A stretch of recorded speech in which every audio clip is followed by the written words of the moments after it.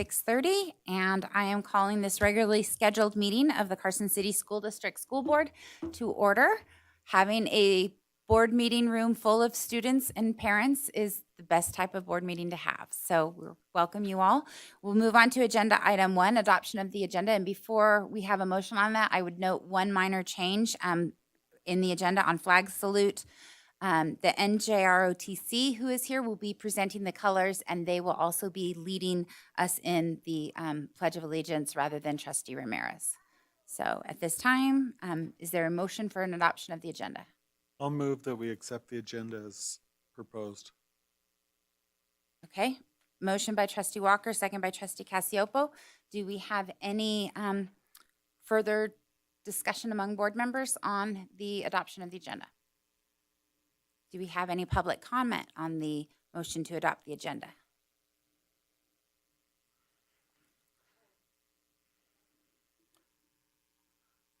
Okay.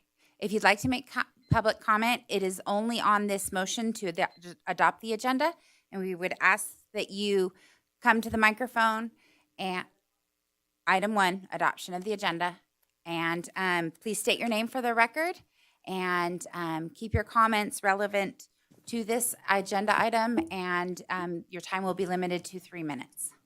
I will be brief. Tanya Brown, concerned citizen. I have not attended a school board meeting in 25 years, but I have grandchildren now, and it has come to my attention.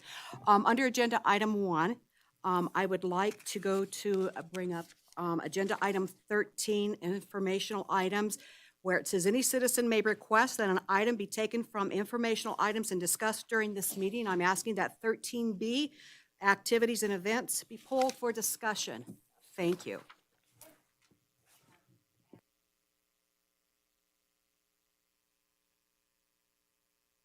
Sorry, my mic wasn't on. That would still be in the same place in the agenda, and we will discuss that item. Thank you. Do we have any other public comment on the motion to adopt the agenda? Okay. My name is Sherry Powell, and I concur, same agenda item.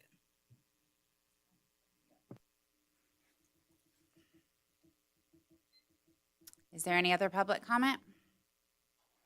Seeing none, I will call for a vote. All in favor? You guys remember the motion? Okay. Aye. Any opposed? The motion carries. The agenda is adopted. We'll move on to agenda item 2, the flag salute, and we welcome the NJROTC. Please proceed.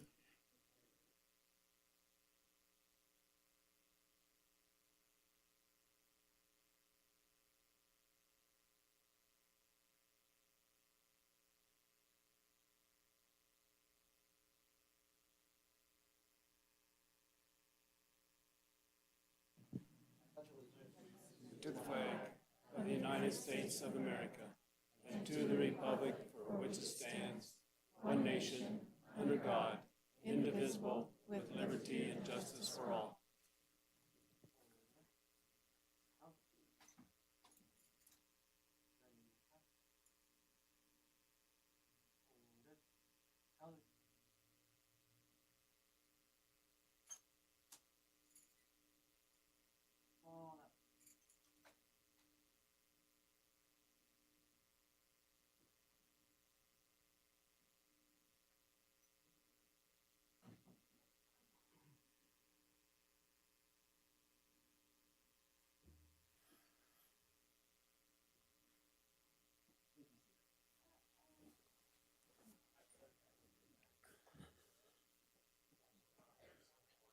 Thank you very much. That was a very nice start and the best flag salute we've had all year.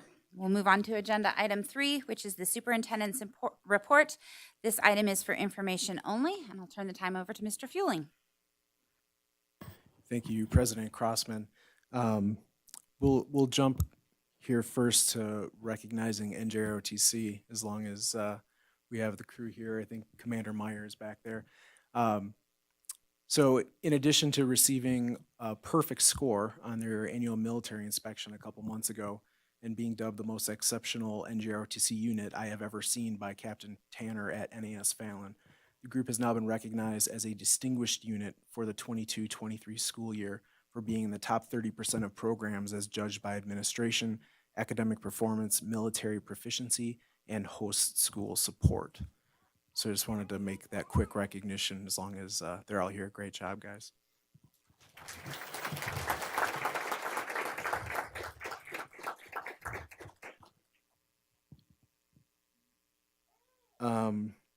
Next, we have the Carson High School speech and debate team. Mr. Mobley has had another successful year, and Mr. Mobley, if you want to come up and let us know more.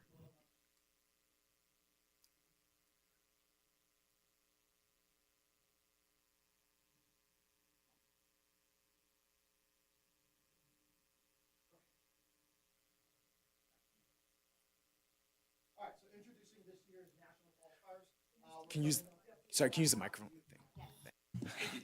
Okay, so I don't have to use teacher voice quite as much now. All right, so introducing this year's national qualifiers. We're coming off a very successful season. This is the first time we've competed more than 30 times. This year we have 6 students who qualified to nationals. I'll let them introduce themselves and do a quick overview of what they've got. Sitting up amongst me, we also have several multi-time national qualifiers.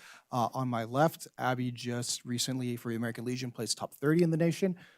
And she also placed 4th at a National E Championship last weekend. On my right, we've got Penelope Truel, my assistant coach Nikki Klinger-Mobley, Emily Tran, who placed 3rd nationally at online poach competition, and then Mason Timms. 2 of my kids are not here because they're getting inaugurated as class officers. So with that, we'll start with Abby. Oh, okay, cool.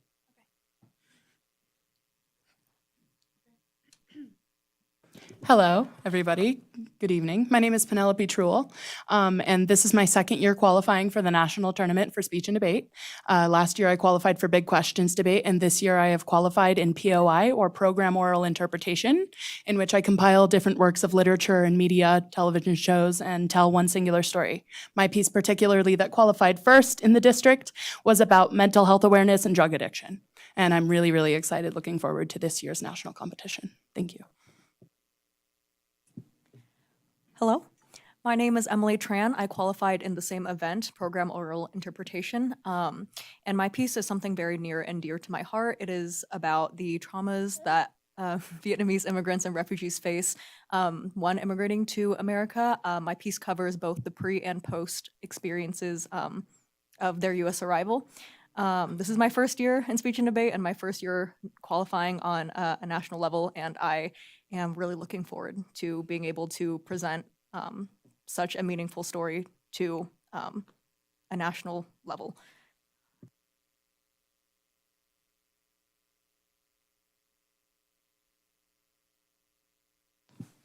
Hi, I'm Mason Timms. I'm doing extempore commentary, which is an event where we're given a subject, whether political or otherwise, and we are given 20 minutes to prepare that speech, and then we give a 5-minute speech on it. An example I did within the classroom was space tourism, should you grab your passport? And as someone who is the first time going to nationals, I'm very excited and proud to be representing my team. Thank you.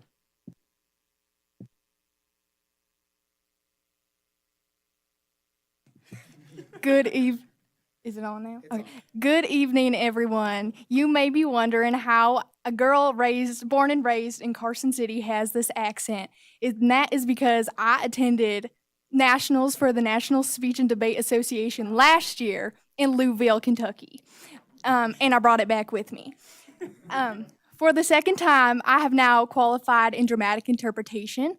This year, I will be taking the piece Good Morning Monster, and it deals with a young woman that goes by the fake name Alana, that deals with like pretty much every trigger warning under the sun. I'm gonna stop talking like that now. Such as mutilation, sexual abuse, animal abuse, anxiety, and variety of disorders. And at the end of the story, she finally gets a diagnosis of dissociative identity disorder. So I'm very excited to attend nationals for the second time. Thank you.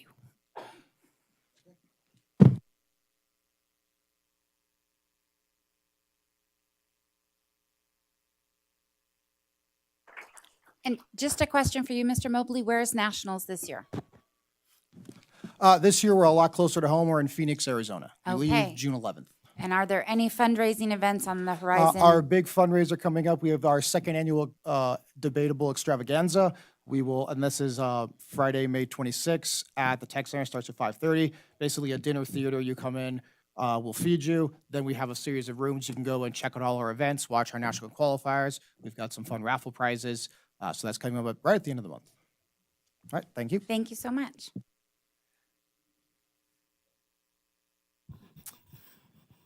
Okay, continuing on, I believe we have Nikki Hendy here to introduce the Carson High Prom King and Queen and our Friendship Ball King and Queen. I think the others might be in the hallway. If you are here for Carson High Prom, please make your way into. Okay. Thank you, President Crossman, trustees, and Superintendent Feeling for the time this evening. I'm Nikki Hendy, representing CHS Judicial Board on behalf of Ann Britt, who's at a leadership event this evening. I am honored to introduce the 2023 Friendship Ball and Prom Royalty. All candidates are nominated by staff and voted by the senior class. Crowning took place at the dances in April. Friendship Ball Royalty, we have here Hunter Curran, and not here is Emily Vicente. And then Prom Royalty, we have Jacob Sia, and not here is Deepti Arun. So I'm gonna let them just talk about what this means to Hunter and then kind of what the plans are for Jake. My name is Hunter, and one of my best things about high school is seeing my baseball team varsity. One of my best things about prom is seeing the varsity baseball team. My plans after high school is gonna go to the Next Step program. Thank you.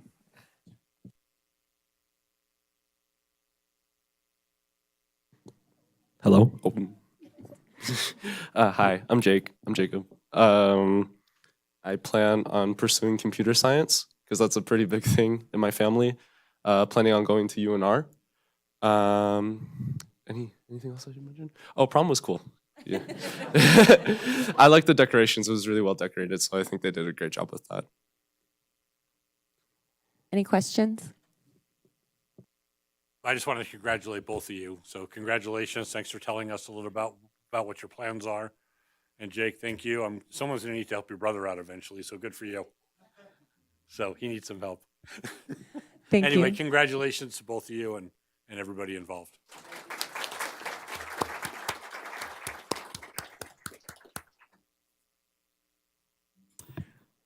Okay, next, I believe we have Amy Strom here to introduce the Pioneer Prom Royalty.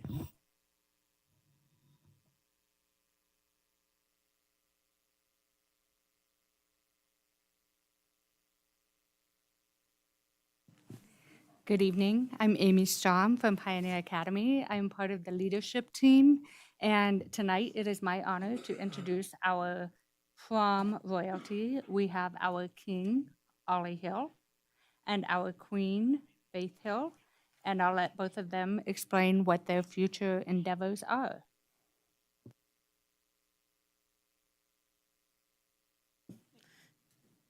Turning it on does help.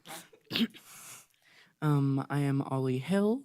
I plan on taking a year-long break from school after I graduate, and then going to WNC to get my associates, and then moving up to Oregon to work all my way up to a PhD in philosophy. Hi, I'm Faith Key. You guys know me already. I'm currently dual enrolled at WNC already. I'm getting a degree in ecology and wildlife conservation. Then I'm going to transfer up to UNR, and then I just want to help save the planet.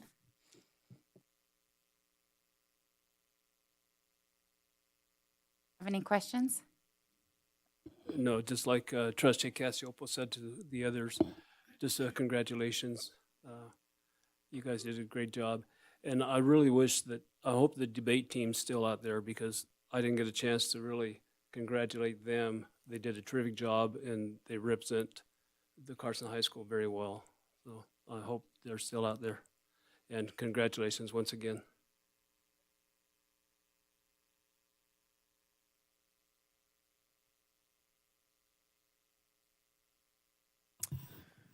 Last couple things, an update on Senate Bill 80, which was presented by youth legislator Stella Thornton, a Carson High School senior. That bill, which is in regard to returning students to the classroom after traumatic brain injury or concussion, that has passed out of Senate committee at this point, and is now passed by the Senate. It is now being heard, it was now heard in the Assembly Committee last week. And so we'll learn more here soon if that moves on. Wanted to note quickly, and I hope I'm not ruining a board report for someone, but Fritch had their archery team go to nationals in Utah with 3 students: Teddy Hole, Wyatt Valentine, and Finn Russell. And they had all placed in the state in the top 10, and so they were able to go to nationals and participate. So that was great. And that is all I have for this evening. Thank you, Superintendent Fueling. We move on to agenda item 4, board reports, and we will begin with Carson High School activities. And we do not have Ms. Schofield here tonight because there is the student council inauguration tonight at the same time. So I can do a board report for the high school when we come through, whoever wants to do that. So for Pioneer Academy, Faith, are you here to report? Okay, great. Good evening once again. Alrighty. So number 1, Spirit Week was a success with many students creating unique outfits to fit our themes of Decades Day, Scholarly Scientific Day, Hawaiian Tiki Tourist Day, Star Wars Day, and Derby Day. Our Totally Tiki Prom royalty consists of Prince Travis de Paula, Princess Hannah Martin, King Ollie Hill, and Queen Faith Key. Congratulations to Troy Winkler and Faith Key for being the distinguished students of Pioneer Academy for the 2022-2023 school year.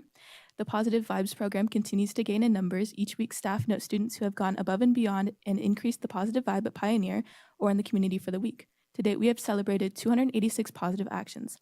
Thank you to the Pioneer Academy staff for all of their work. We appreciate all that you do to make Pioneer Academy great. That concludes the student announcements for Pioneer Academy.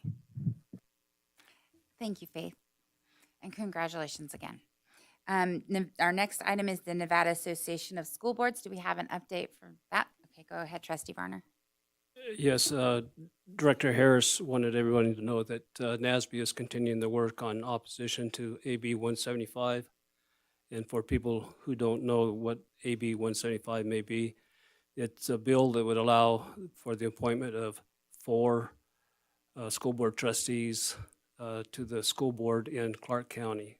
And that would be the only one read at this time that would have appointed school boards if this passes.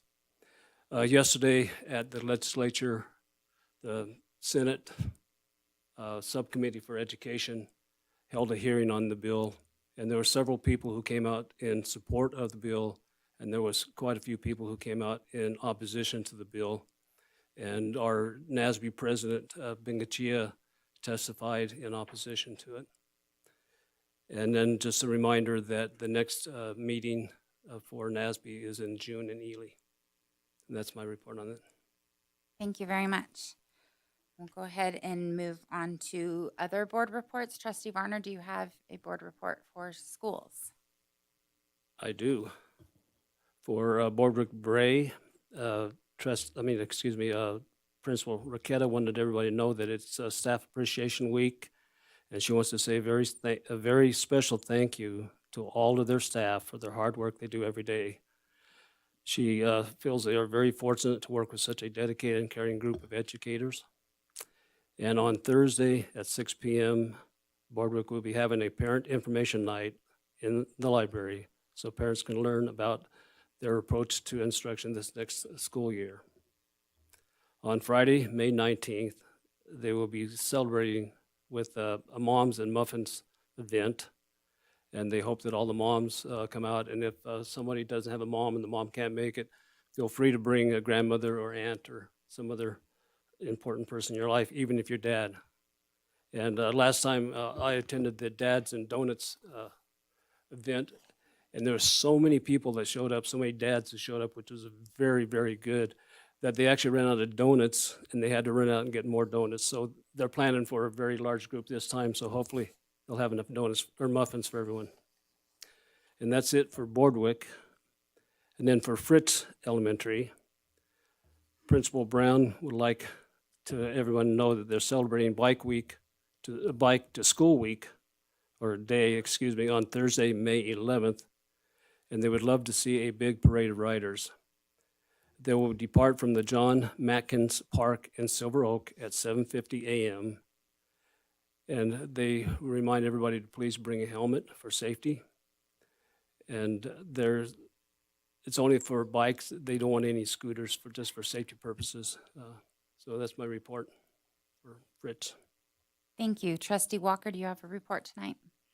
I do. So from Eagle Valley Middle School, and hopefully this is timely enough. This was from our last meeting. I was not able to report. Mr. Connolly just wanted to report that they've been working hard on their SBAC exams, which I'm sure are all completed at this point. And he wanted to congratulate Mr. Brill, the music teacher at Eagle Valley, for his work in leading the students in several performances and competitions. And he just wanted to report that they're gearing up for their annual trip to Disneyland to perform for the Magic Kingdom Parade. And then also, I'm part of Jordan Woodward's Memorial Scholarship. And so this weekend, not only did they have the run again, which had taken a little brief break, but we also interviewed the applicants and selected scholarship winners. We had some really impressive seniors that came and spoke with us, and just makes me proud of the hard work that our students and our teachers do every year. So that's my report. Thank you. Trustee Walt, do you have a report? I do. So I'll go ahead and get started with Carson High School. So last Thursday night was the award ceremony for NJROTC. So congratulations to all of those students who received scholarships and to the seniors that are moving on. So I was fortunate enough to be able to attend that, and it was quite the event. It was actually quite moving. And then also for the senior parents out there, please be looking out for the graduation letter that gives you all of the procedures, the do's and the don'ts for graduation on June 3rd. That letter is in the mail. If you haven't received it, please contact Carson High School. Then for Empire Elementary School, so we have to report 7 teachers at Empire were among the first of the state to receive the national certification to STEM teacher teaching as part of the cohort of 35 teachers in partnership with the Governor's Office of Science, Innovation, and Technology and the National Institute of STEM Education. These teachers collaborated throughout the year using a competency-based and academic coach-led online learning profile. They each produced a portfolio of work that demonstrated proficiency across 38 STEM indicators. On May 4th, the Governor's Office of Science, Innovation, and Technology did a statewide evaluation of Empire Elementary School, visiting classrooms, observing lessons, and talking with students. And the school was evaluated using the Nevada STEM framework rubric, and they moved from the governor's designated STEM school from developing to established. So congratulations, Empire Elementary School. You are moving forward in the STEM, and that is actually quite a reason to be proud. To qualify for an established school, the total points of this rubric must be between 80 and 114, and Empire received 108. So that is actually a big wow for Empire Elementary School. So big shout out for them as well. They also have received scholarships in the STEM cohort as well. They were awarded a $25,000, grant for the STEM, and then another $13,900. Also on their agenda, they will be celebrating Mother's Day celebration tomorrow morning at the multipurpose room from 7:30 to 8 o'clock. So I would encourage all students and mothers to attend that as well. And then on May 24th, they will have a STEM band and choir and Ready to Rock Kinder at 5:30. So May 24th at Empire Elementary School is going to be quite busy. Thank you. Do you have a report, Trustee Clapham? I do, thank you. So reporting on Carson Middle School, they are going to be honoring their hardworking students at an award ceremony, May 23rd. And then the 8th grade promotion party is going to be held at the Governor's Mansion on June 1st. And the following day, they will do a promotion ceremony on the 2nd at 9 a.m. in the gym. And then their band and leadership students will be traveling to Disneyland this year, which sounds awesome. And last but not least, more testing tomorrow and Thursday, doing map testing, and they will finish their map test or their testing for the year. And then from Mark Twain Elementary, we have successful completion of their MTSS implementation, and they will be hosting a school-wide surprise for the students next Monday as a school spirit reward for them. They're also hosting a final parents and pastries event on May 26th, and they will be, lastly, they're excited to send off the 5th grade students, and part of the end of the year events is a staff versus student soccer game. So that's a tradition they do every year. My daughter is super excited. She has been playing with her brother, trying to learn some tips. So we appreciate you guys doing that. So. Thank you. Trustee Ramirez. Yes, from Principal Paula Zona from Silliger. They're very proud of their distinguished students, Milo McCoy and Mackenzie Crisp, that we are honoring tonight. They're also appreciative of their wonderful staff and celebrate Staff Appreciation Week this week, honoring the work that they do on behalf of the students and parents. This week also, they're excited to meet future pirates transitioning from Fremont pre-K class to Silliger kindergarten next year.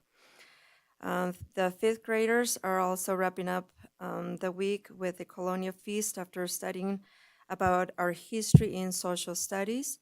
They will be taking a field trip with other 5th graders in the district to Public Works on May 19 to learn more about the department and see some of the equipment up close. On May 16, they have the family night at the book fair at 5:30, and they will also host 2 sessions of Ready to Rock Kindergarten for parent information at 5:30 and 6:15. I also want to thank Mr. Chambers and Dr. Mulder for accommodating my request. I went to observe the lunch hour at the high school, and I was very pleased to see that students are having fun during lunch. They're enjoying the time with their friends, eating healthy food. I also noticed the facility is very secure, so I was very pleased with what I observed. So I want the parents to know that their students are safe at the high schools. I want to give a big shout out to Dr. Tanya Scott. She coordinated an event to celebrate Mother's Day. The name of the event was Mother's Day Tea. And it was a beautiful event that she put together this evening. We had staff members, teachers, parents from English learners come and eat some snacks and some desserts. Thank you to Superintendent Fielding for being there, Tasha Fusen. It was just a wonderful get-together, and that just reminds us that, you know what, food brings us together. So it was wonderful, a wonderful event. So thank you, Dr. Tanya Scott, for this Mother's Day celebration, and I'm sure that there will be many more to come. So that concludes my report. Thank you. Trustee Casiopo. Yeah, before I get into my report at Pioneer, I just wanted to thank the legislative session. They put on every session, they put on a basketball game, and we got invited to it. And because the last time I dribbled a basketball was 12 years ago, roughly, I thought it was a good idea to volunteer my time. And it made me realize I got to get in a little better shape. But it was a lot of fun, and it was good just to see everybody who's busy with session and other things just get together for basically an hour of, fun sports and camaraderie. So I just wanted to thank them for that. Tonight, I wanted to, regarding Pioneer, just focus on our very own Faith Key. Last meeting, I wasn't able to read this, so if you don't mind, I'm going to read this tonight. This is the Senior Spotlight, Pioneer Academy's Faith Hill, and it says Faith Hill has the confidence to change the world. This month's Student Senior of the Month from Pioneer Academy, Faith Hill, is not the kind of person to sit around and watch when something is not right. Faith would rather create some change, I've made this too big, and help a positive difference in the world around her. Currently finishing up her senior year at Pioneer Academy, Faith is planning to attend Western Nevada College next year and would like to earn a degree in ecology and wildlife conservation. She hopes to one day travel to many different countries and help save the planet by focusing on endangered species. When she's not working on solving today's environmental issues, she likes to fill her time baking, perfecting gluten-free items. And perfecting gluten-free items. She also pours her energy and feeling onto a canvas by painting, a hobby she's been doing since she was little, and she says it's one of her favorite ways to put her feelings into tangible media for people to experience. Faith didn't always have confidence to tackle the world's challenges. She struggled with her self-esteem, and it affected her self-confidence. Faith says Pioneer has done wonders for both her grades and self-esteem and has helped her to learn how to work through challenging struggles. Faith said she would second-guess herself even when she knew she was correct. If I didn't have much confidence in myself when it came to academic and social situations, but I've really been able to break out of that shell since transferring to Pioneer. I especially thank Mrs. Gingrich for helping me work on this and giving me confidence in myself. After transferring, she stated she was able to reach a potential she didn't think was possible. She was inducted into the National Honor Society as well as becoming Pioneer Speech and Debate Club captain. The teachers here are some of the best people I've ever met. I'm especially thankful for Mrs. Allen, Miss Harris, Mr. Lorian, Miss Dakin, Miss Kleeman, as well as Mr. Zona, for always allowing me to speak my opinion and concerns and responding with kindness and encouragement. All of the staff at Pioneer are extremely wonderful, and I don't think I'd be where I am today without them. She is particularly appreciative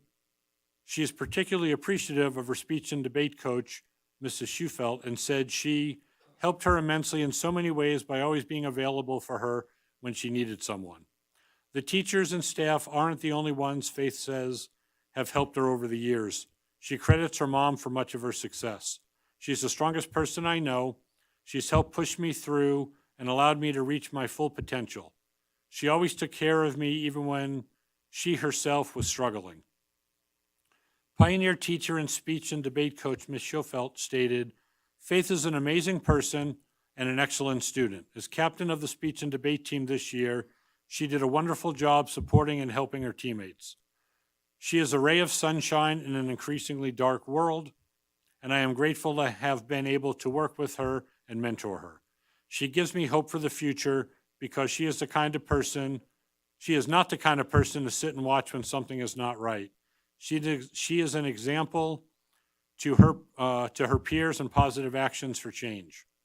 The faculty and staff couldn't agree more. The Pioneer family looks forward to seeing what Faith will do next, and we are confident she will accomplish great things in the future, and I think we could ditto that. Faith has been giving us reports from Pioneer and always represents Pioneer very well. And I just want to say congratulations to Faith. I mean, you are, I think, an exemplary person, and you're going to go as far as you want to, and I think that'll be very far. So congratulations. I thought it was a nice write-up, and I just wanted to make everyone aware. That concludes my report. Thank you. And I will report for Fremont Elementary School. Dr. Ward let everyone know that tomorrow is the talent show. It will start at 4:30. And so if you are free in the afternoon, stop by Fremont to see that.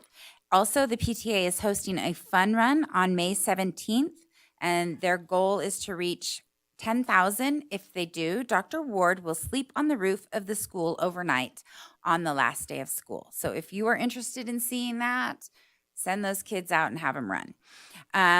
Also, they will have a rally for kindergarten at on May 17th at 5:30 to help the future kindergartners. So that concludes my report. She did tell me that the fun run is only for kids because I was like, can I beat a few kindergartners? But anyway, it is just for students during the day. So any of you other big time runners don't get to compete that way. And that concludes my report. So we'll move on to agenda item 5, association reports. Do we have any association reports today? I'm not seeing anybody. Okay. We have none, so we'll move on to agenda item 6, which is the main event that most of you are here for. This is presentation of the 2022-2023 Distinguished Student Awards for all district schools, including Carson Montessori Charter School. This item is for discussion only. Mr. Fueling will be doing this, and I have been asked by Mr. Davis, which I know you've already been here for a little while, but please remain until all of the awards are received by the students, because he would like to have a picture of all of the students together, because he likes to share that with the newspaper. So stick around, don't grab your medal and run. So Mr. Fueling. Thank you, President Crossman. Will you join me down at the table?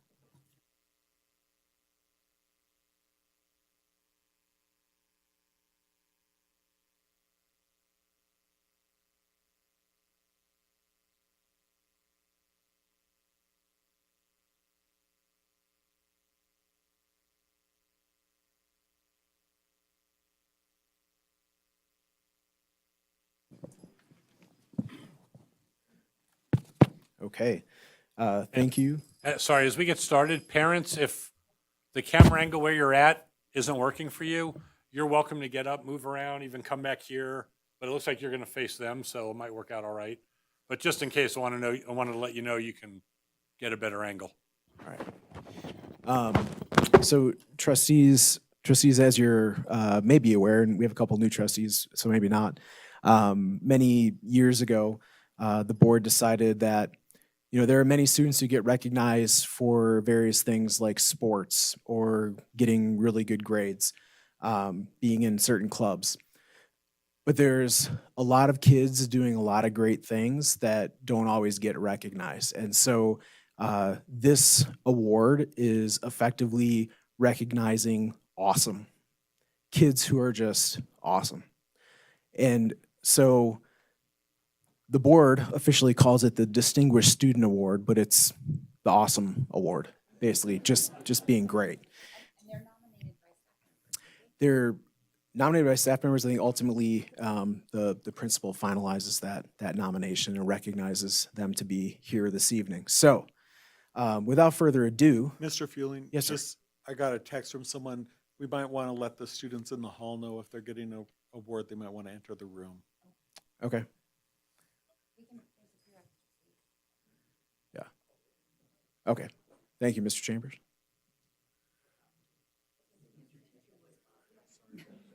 No, thank you.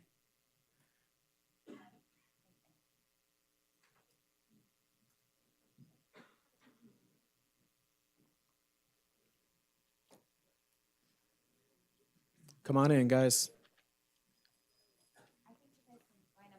Yeah.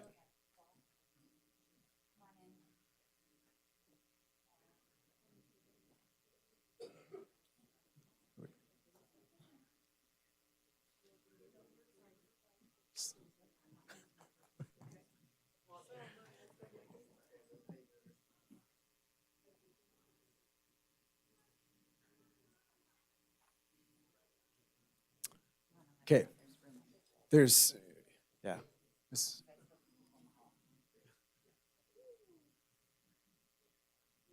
are there still? Okay, we're good? Okay. We will, and I should say too, for winning the award for being awesome, again, also known as the Distinguished Student Award, President Crossman here has a medal for each one of those students that we recognize. So first up this evening from Bordewick Bray Elementary School, we have Griffin Shaw.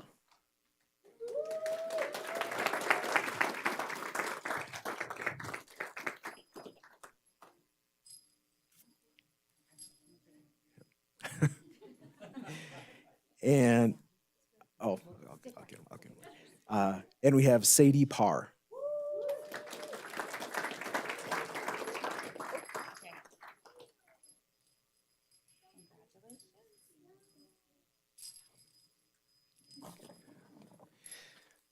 This evening from Empire Elementary School, we have Mia Magana.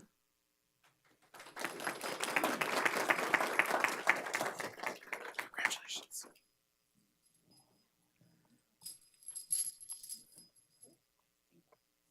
And we have Janra Diza. Nice job, sir.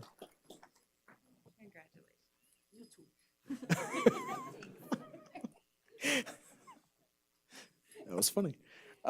Next, from Fremont Elementary School, we have Eric Lovell Hurls. Good job, sir. And we have Lucia Monroy. Congratulations.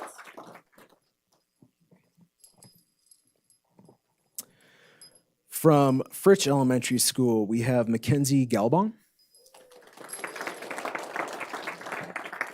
Congratulations.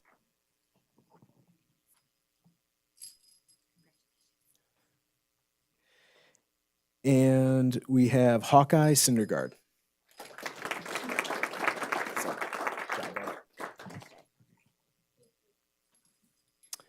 From Mark Twain Elementary School, we have Michaela Hansen.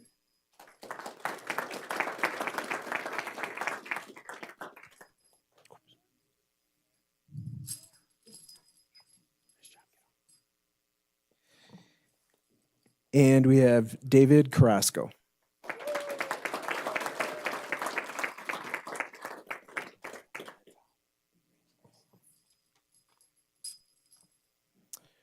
From Seeliger Elementary, we have Milo McCoy.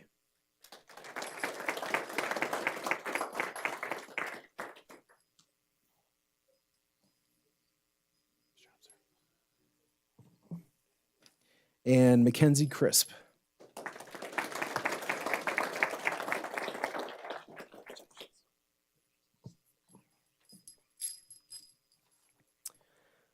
From Carson Montessori School, we have Joshua Hemovich.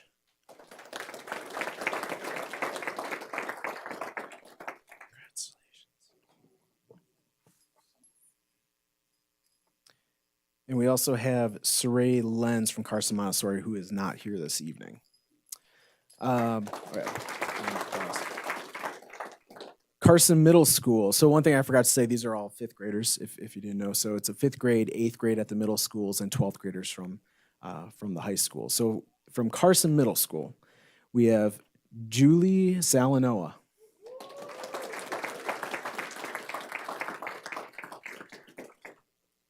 Congratulations. Oh,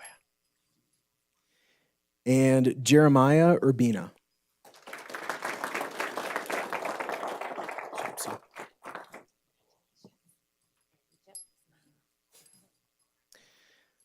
From Eagle Valley Middle School, we have Capri Martinez.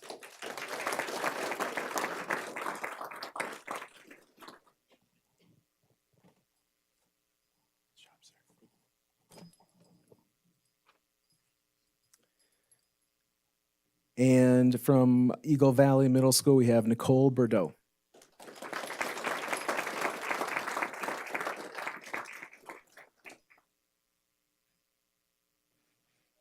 Congratulations.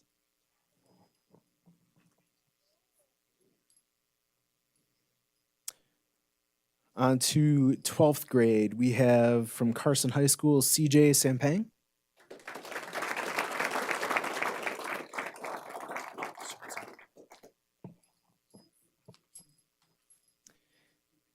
And Elizabeth Avina.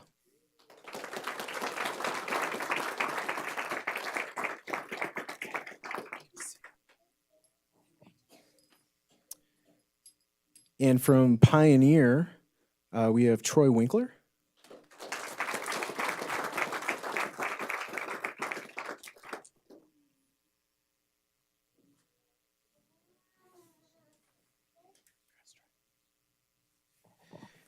And then I feel like this is Miss Carson City tonight, Faith Key.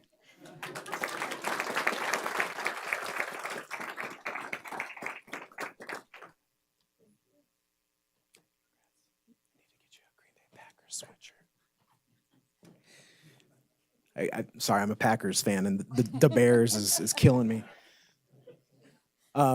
So these are all of our distinguished students for the Carson City School District for the 22-23 school year. Congratulations, everyone. Trustees, I don't know if there's any words you'd like to say to. I would just thank you for your work you're doing. You guys are awesome. And I think the award's probably well deserved. So thank you. You represent your schools very well.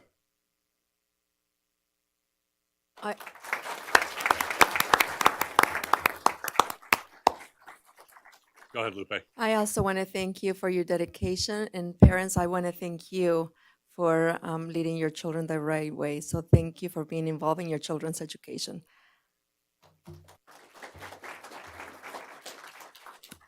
And I'll just add, again, congratulations to all of you. You can't have too many awesome people in the world. So well done. It really is a big honor. So congratulations. It just means you're, call it what you will, awesome, distinguished, exemplary, but great people. So thanks for being here.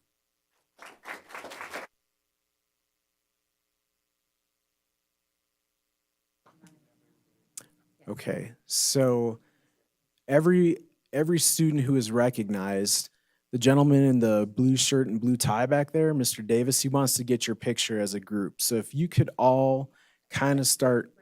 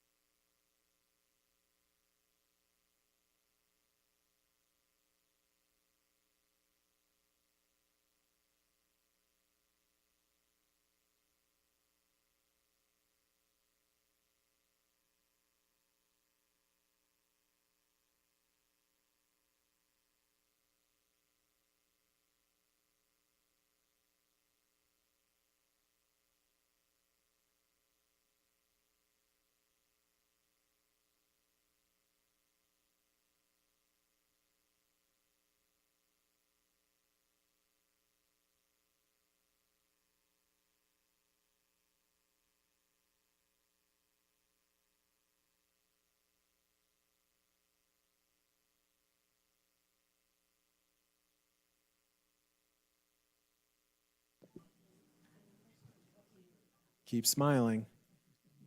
I think you're almost done. Only 2 more minutes of smiling. Keep it up.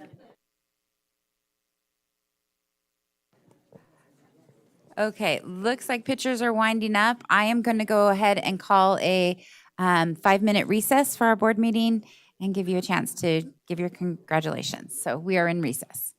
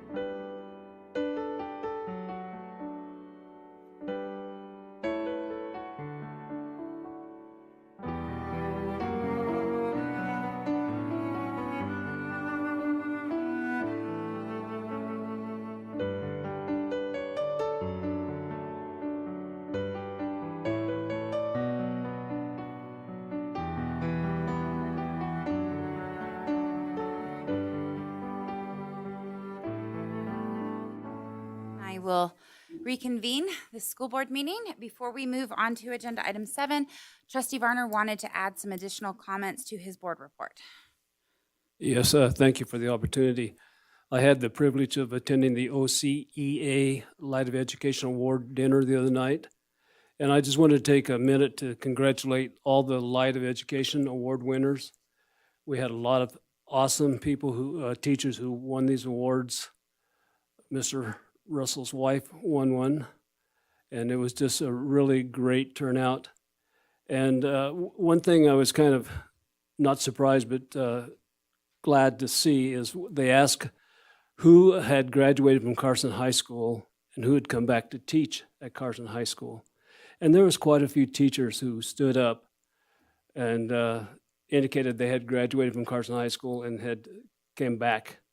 And then 2 of the scholarship winners, seniors, also indicated that they were going into education and were planning on coming back to Carson City to teach also. So I thought that was an encouraging thing. So I just want to take a minute to recognize them.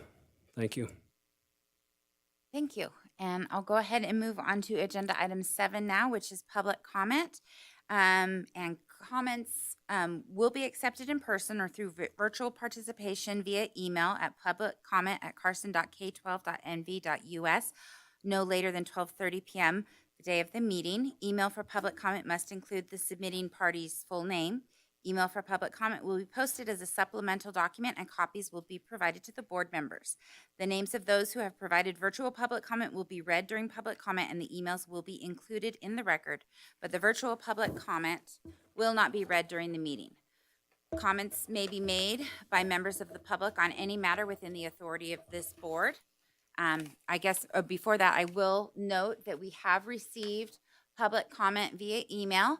And this email public comment was from Tanya Brown. And this email letter, all the board members have received, and it will be included in the supplemental record of this meeting.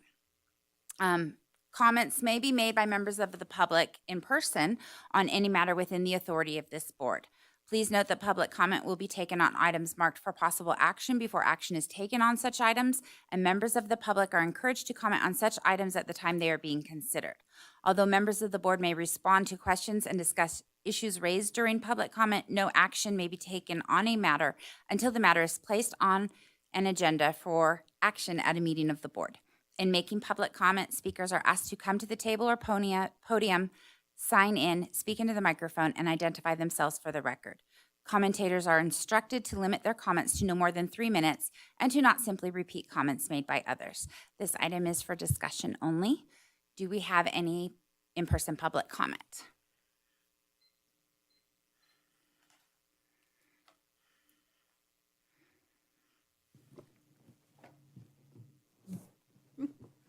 Tanya Brown for the record. I'm going to read my public comment for the audience out there as well.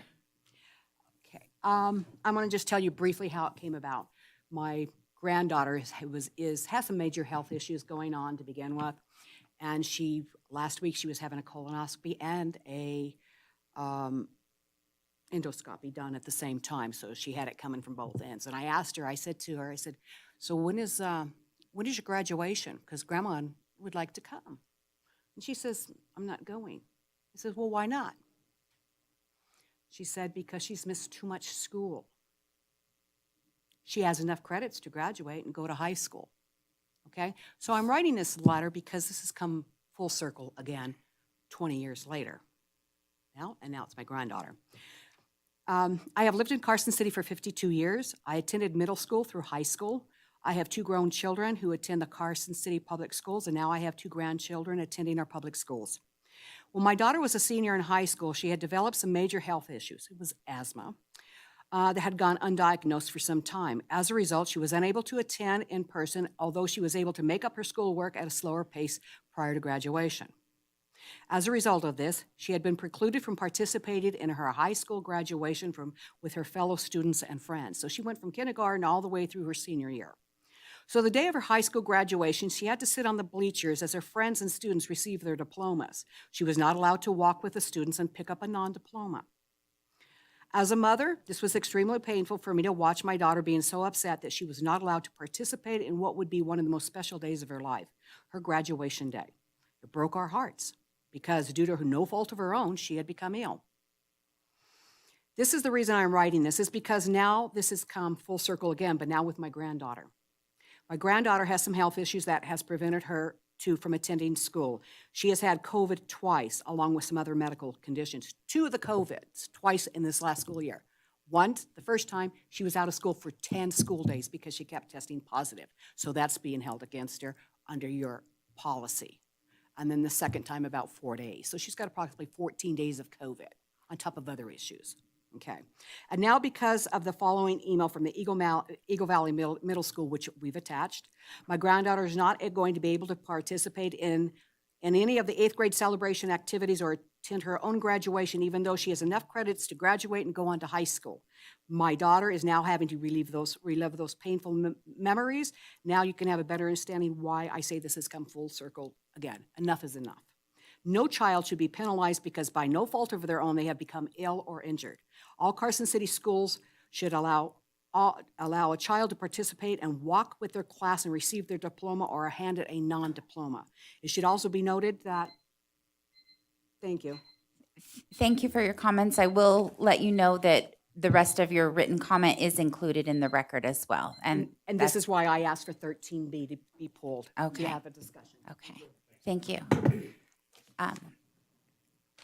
Go ahead. Is additional public comment, please state your name for the record. My name is Sherry Powell. I also have 7 grandchildren in several schools. My grandchildren are very, very healthy. Unfortunately, as we all know, school was sustained, whatever you want to call it, for the COVID. All of my grandchildren were impeccable students prior to that, and don't think that this grandma who works from home, before COVID I didn't listen to their education while they were at home, and some of it was not quite flattering to our system. All of them hated being home. One in particular, my granddaughter, who is special to me and may not have been awesome today, but she was recognized by Senator Jackie Rosen, and I'm very proud of her. She has a 4.0. All of my grandkids were exceptional. With that being said, when they were homeschooled or telecommute, whatever you want to call it, some of their grades started to fall. When they went back to school, I can assure you that they were very, very happy. And then some of them started to struggle because catching up was hard for them. It's not the ones who are struggling that say anything to grandma. It's the one who's the 4.0. She has great compassion for her cousins, and she is very disturbed that she will not be able to participate with her cousin in her graduation from Eagle Valley Middle School. I watched my granddaughter sit on the end of the bed during COVID and cry where the bloodshot eyeballs start to appear, and she told me what a loser she was going to be because she would never graduate from high school. So I want you to comprehend the damage that was done during the COVID and in the name of our students and protecting them. She thought she would never go to college. She thought she would work at McDonald's for $15 an hour. And I told her, you will never be a loser and you will go to college. I will make sure of it. It is her concern that her cousin cannot participate in commencement with her. I personally know several other reasons why I speak very valiantly about the damage that was done when our kids were not allowed to be together. I hope that Carson City will reconsider their commencement requirements because it was to no fault of their own that they stayed home. If they got COVID, 14 days. If their sister got COVID, 14 days. Grandma got COVID, 14 days. My granddaughter, who is at the one that they just mentioned, the elementary by airport, she never got it. So bottom line is it did severe damage, and I think it would be irreparable, and I would bring suit. Thank you. Thank you for your public comment. Because it is public comment and it is not agendized, we cannot take any action. I I would encourage you to reach out to Mr. Fueling. He's usually very receptive to having an opportunity to discuss further with you. Is there any other public comment at this time? Seeing none, I'm going to close public comment and we will move on to agenda item 8, discussion and review of the facilities master plan for the Carson City School District for discussion only. Mr. Mark Johnson and Mr. Andrew Fueling.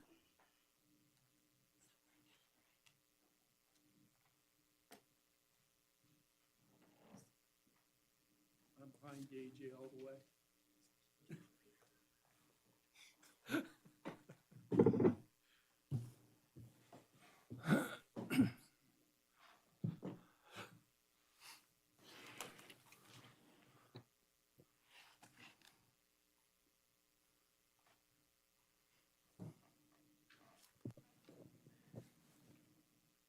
Thank you, President Crossman.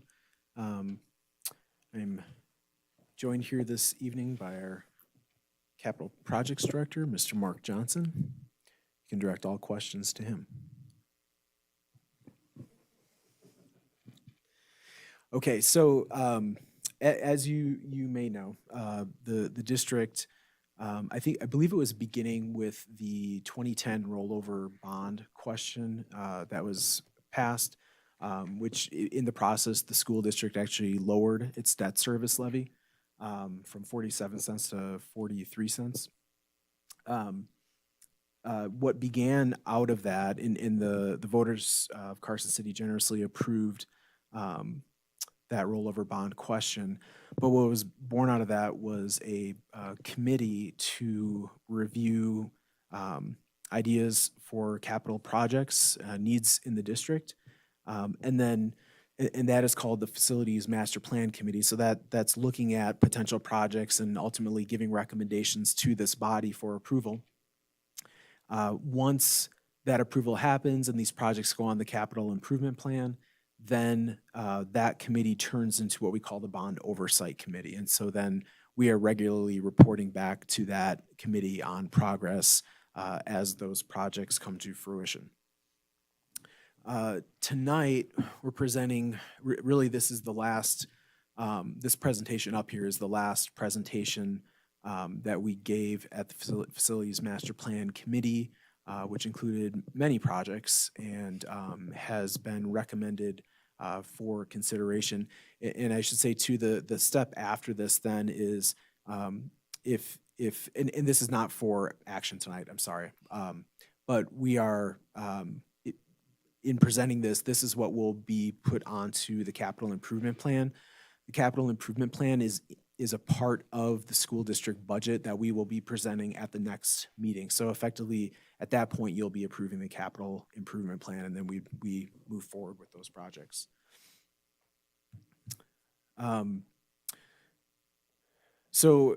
Just talking about priorities with those capital projects, safety, health, comfort, educational program needs, and energy and operational efficiencies. So I think three things that everyone can agree on are important in considering what we're trying to do, the best things for our kiddos. Things that I was trying to make sure everyone was considering in that process is that our facilities are getting older, and some of them, Fritch and Carson Middle, are both around 70 years old. Parts of Bordewick are older than that. Carson High School is 50 years old. We're not in White Pine School District situation where they have two buildings over 100 years old, Churchill too, yeah. So that's an ongoing issue with capital funding in the state for school districts. So while we have to think about maintaining those facilities, while it would be nice to say we could replace all of these eventually, with the property tax caps that are currently in place and likely won't go away, it continues to squeeze funding over time. Under the current situation, we would never be able to replace Carson High School, and we would never be able to replace Carson Middle School. Eagle Valley is a little younger, so I don't have that up there, but The high schools in Washoe right now that are being built are about $250 million each. And they are able to fund that through their WC1 question, which was in 2015. I think that went to voters, but we are not in that situation. And it's really interesting to think back between the time frame of 1988 and 1992, so a 4-year time period. We built Empire Elementary, Fremont Elementary, Mark Twain Elementary, and we consolidated the buildings of the high school all within a 4-year period. And the funding to do that was available. And there's no way we could ever do something like that now. It just is not possible, given our restrictions on funding for debt service. So the other thing to note, and Mr. Johnson has lived this for his entire time here, cost escalations on projects. So as we start going through these projects, they make it difficult to project, and we have estimates on a lot of these. Some of them are full-on engineering estimates, and some are our best projections at this point. But we do know that over the next 5 years, costs are going to go up as they have over the past 5 years. We met with Marty Johnson. He presented to the committee to lay out a scenario of what is potentially available to us here in the near future in terms of bonding capacity. And so what his look is at this point is we clearly would have room for about a $25 million issuance here coming later in the summer or the fall. And then 5 years down the road in 2027, potentially another $12.5 million. This, of course, is very much subject to the interest rate environment, and that can make a really big difference in terms of what the capacity is. But at this point in time, and this was in November, and actually rates were at their highest point in November, these were the numbers that he generated for us. The other thing to note too is we still have approximately about $5 million left from our last bond. If you remember, we were considering the purchase of the 1600 Snyder Avenue, the former Capital Christian property, and that did not happen. So there are still funds left over. So that would be in addition to the $25 million.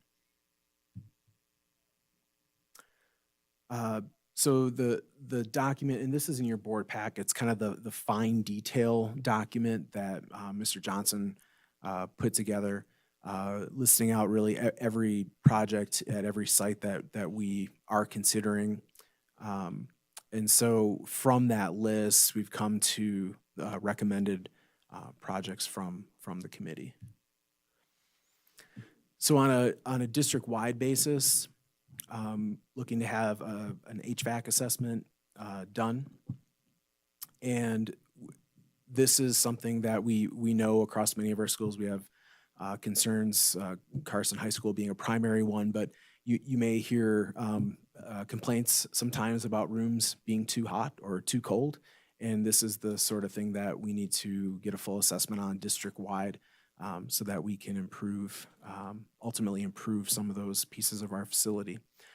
We've discussed the property out on Lampa Ranch that is available to us. That is included here. We'll be bringing that to you for action here in the near future to move forward with, I forget the term, notice that we have interest in acquiring the property. Intrusion alarm systems across the district, many of those are old and we can no longer get replacement parts for them. So those in many of our facilities need to be replaced. Security camera refresh, we did a significant update, I believe about 7 years ago but we still have some that are needing to be replaced, some that are failing now 7 years later. Access control, so we have many of our doors in the district now open with the wave of a card. And so there are still several spots in the district that we need to finish that project. ALC controls, so controlling basically the heating and cooling across the district, upgrading that at many of our facilities. Same thing, we have some old controls that need to be replaced. Some asbestos removal. Maintenance on our solar fields, those were put in back in 2011, 10, I think 10, right? Yeah, right around there. And so so they're aging a bit, and so some of the inverters and some of the mechanics of it need to be either cleaned up or replaced in some cases just to keep that operating. That's really critical to keeping our utility costs down, which, as you know, your utility costs have gone up quite a bit here in the recent. And then landscaping upgrades across the district. There's significant work around the district and improvements that can be done. Some of that work is putting in like xeriscaping, really low water need plants in some areas, and trying to reduce our irrigation water bills across the district. Carson High School. So the significant amount of the work that is in this facility master plan ultimately is attributed to Carson High School.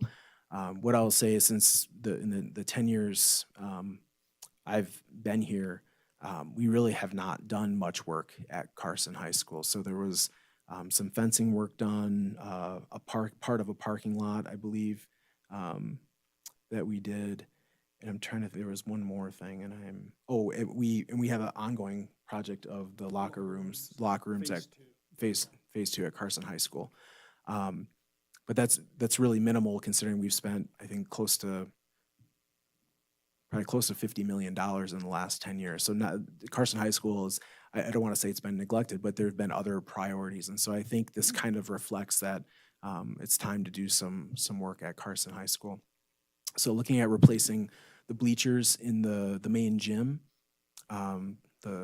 that's currently estimated at $400,000. HVAC system upgrade, that is a huge project for Carson High School. As you may know, over the years, Carson High has been pieced together and pieced together and pieced together. And so there's a lot of old system in there, and with all those additions over time, it's created some problems for the school. Additional perimeter fencing and some safety work, we have at $2 million.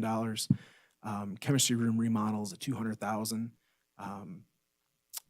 Parking lot, $400,000. Some other tenant improvements, and tenant improvements basically just a lot of other little work in the buildings, and that's reflected in that detailed, the detailed part of the facilities master plan. Restroom remodels. So looking at doing kind of the open concept restrooms, you can still have boys and girls bathrooms, but having that open concept, like they have at Eagle Valley Middle School, which is very popular in terms of being able to provide supervision to make sure bad activities aren't happening in the restrooms. And then baseball and softball upgrades. There's already been funds set aside for this, but as estimates have come back, prices have crept up on some of those, so increasing that by another $300,000. Carson Middle School, tenant improvements at $300,000. Staff parking lot, this is an ongoing issue. We have a parking lot that is in disrepair. Is that a good way to say it? Yeah. But so we need to take care of that.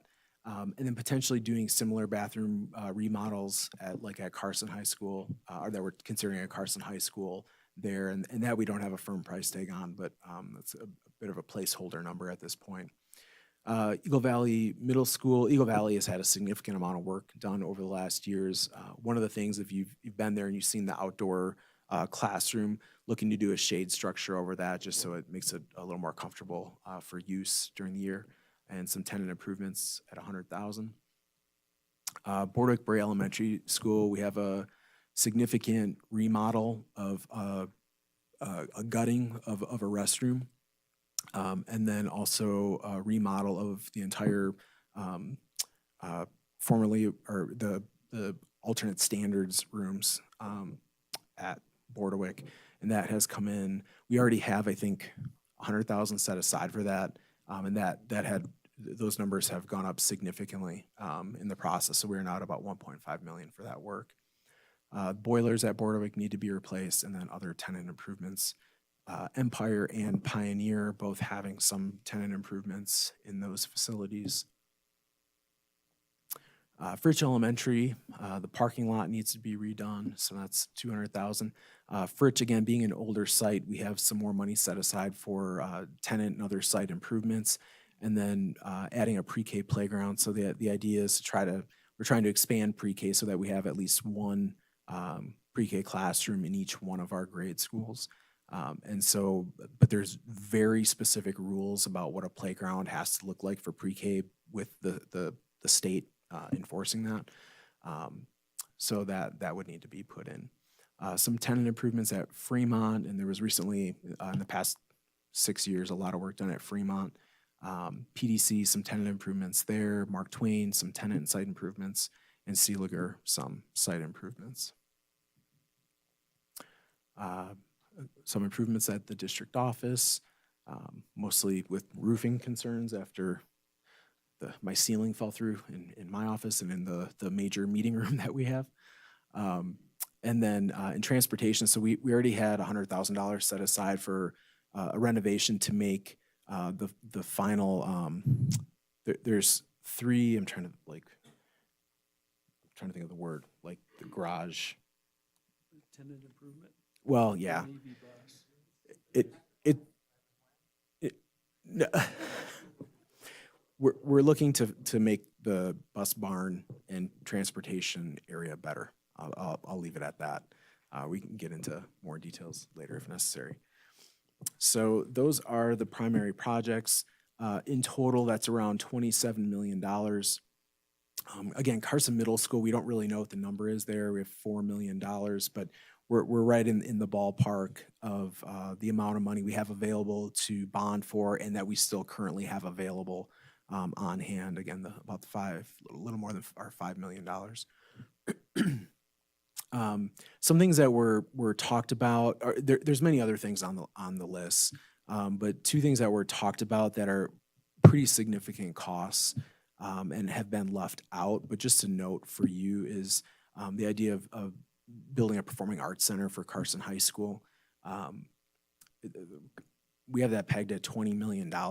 We don't know if that's a real number or not, but just based off some of the square footage costs from Eagle Valley, I think that's a very reasonable number. It's interesting, back in 1972, Sue Kimo, who you may know, that used to work here, she found an article. It was a picture of the construction of Carson High School, and in that picture, it talked about how they were hoping to build a theater onto the school at that time, but then they ran out of money in the process, and they didn't build it, and so there still really isn't anything there. So I think one of the things, if that conversation is really ever going to happen, and to try to figure out a way to make that happen, we need to know what a real cost is. So I think that's something here over the next year that would be worthwhile to try to figure out, at least so we know what we're really talking about. The small gym at Carson High School could also use a reflooring / remodel. It's a pretty significant cost given some of the work that is desired. So that one was left out given the other priorities and considerations here. And then again, we need to consider inflation in this process as these costs continue to go up. So that is, those are the projects that have been recommended by the Facilities Master Plan Committee. And I'm happy to take any questions. And again, if there's any specifics, Mr. Johnson knows much more than I do about most of this. Thank you.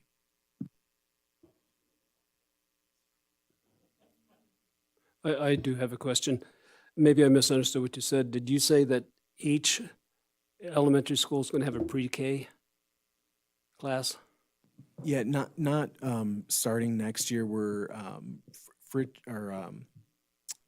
right now we have it at Empire, Mark Twain, Fremont, and Bordewick, and we're looking to add a classroom at Fritch and Seeliger.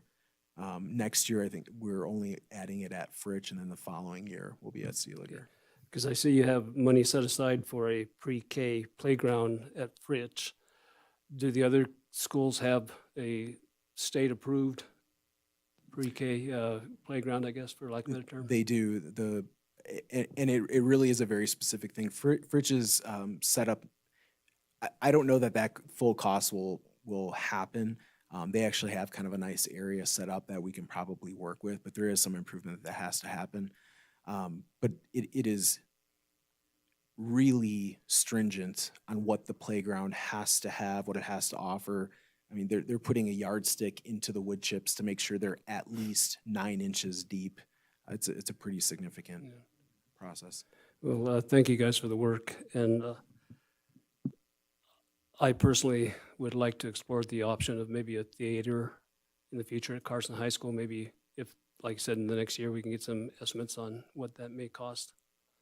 Thank you. All right, thank you. And sorry, I feel like I'm coming late to the conversation. But so first I wanted to, and these are just places that I visit, so this is where I know. But I do, I would hope that you would consider putting the soccer field on the list of considerations. That has been neglected. I believe it is unsafe. There's a lot of divots, within there, and the lack of the opportunity. So the high school plays their games out on the turf, but just for spring and summer, that turf is being used, to my understanding, I'm trying to get clarification from text message quite quickly, but to my understanding, it is booked out in the morning by football and the evening by football. So soccer has the opportunity to do spring and summer practice in the heat of the day and on that turf, and that's where they play, all of their games. The practice field does have a lot of divots. For 4 years, I've been, spending a lot of time there, and there's a lot of divots around the sprinkler heads. And I know we've tried to fill them, but yet it's still, it's problematic. And, there's a porta potty, for them to use. And so I would hope that we kind of maybe move that up on the recommendation, and we because I see that we have improvements for the softball and for the baseball. I would hope that we kind of look at that as well on that end, because just scheduling is a nightmare when the soccer has to compete against football on that turf field. The other thing that I noticed as well, and it was because I was at the school today, and so it's ironic that, this is on the agenda, I guess really not, but Empire Elementary School. Is there any way that we can get them grass field that they're not sharing with the public? If we want to talk safety and we're allowing those 4th and 5th graders out there for recess, and the public is going to be on the same grass field, possibly with dogs, that's not safe. They're able to have three teachers out there, but still, it's just not a safe environment at all. I don't know if there's ever been a conversation with the city to possibly annex part of that to where then it can be fenced off, so those 4th and 5th graders actually have some place, some grass, to do things, because I just think the safety of that is not in our favor at all. And so I would like to see that we make that as a recommendation, and we kind of put it forth, for Empire. I see that there's $25,000 going for improvements to the playground, but yet, we would need to get some fencing around that as well. I was quite shocked that the students are sharing a park at recess and at lunch with the public. Anybody can do. So I would hope that we put that as well. So I just got confirmation though, but yes. So football is using, they have it scheduled almost every night in the summer. So that leaves soccer absolutely, nowhere where to go. And that field itself is not necessarily the most safe condition. Yeah, we can look into the Empire item. That has not come up before that I'm aware of. And then the soccer field as well. I mean, ultimately, we have the money set aside for district-wide landscaping improvements, and maybe that is something that we. Okay. Okay.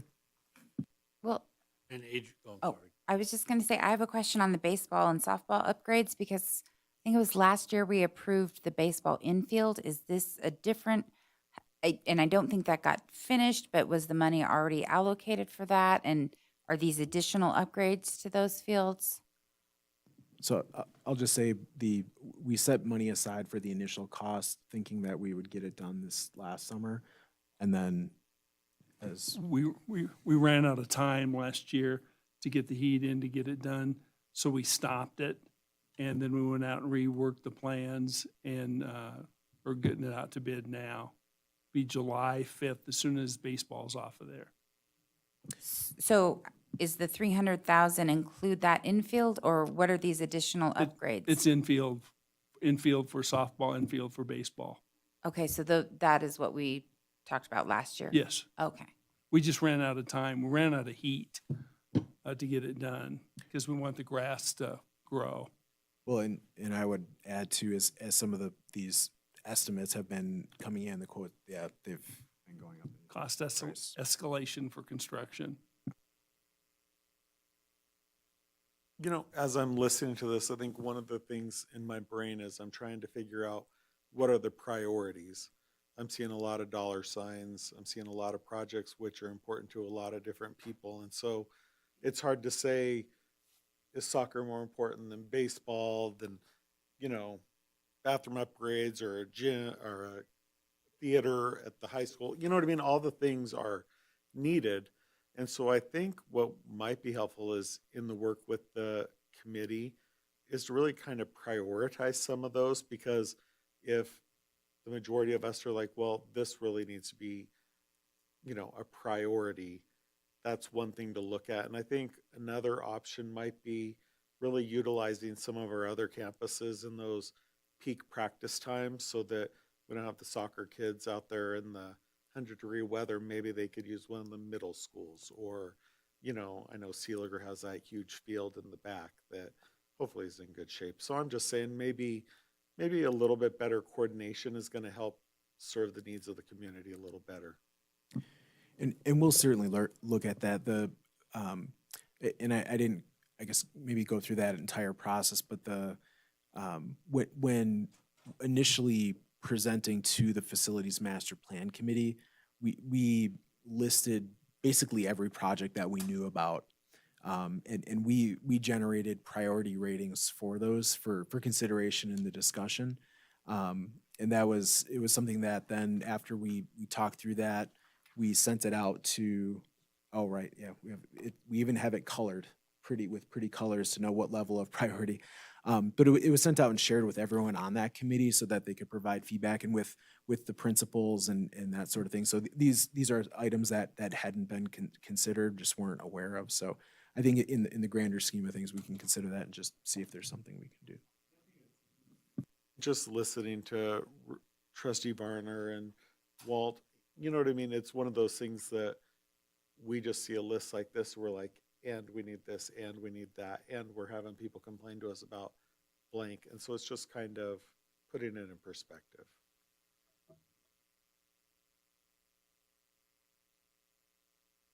Are there any other comments or questions on this agenda item?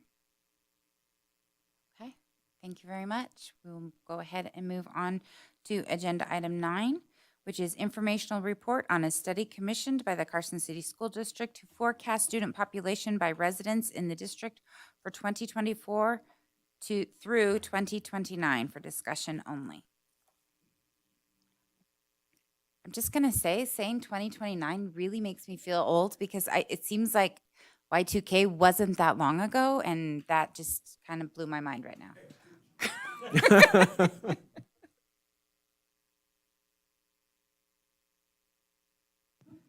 Mr. Fueling, go ahead. Yeah, thank you, President Carson. No, I have to say, when I saw that year too, it just kind of struck me. Yeah, not all that far away, amazingly. So this item tonight is regarding a final report that we've received from a company that we have worked with for many years, Davis Demographics.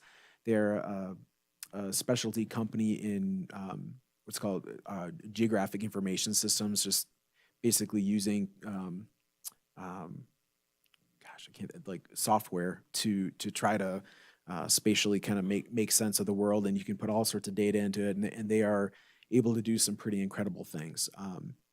So they are the ones, if you go onto our website and people are trying to figure out what zone their kids go to on that map, they do that for us.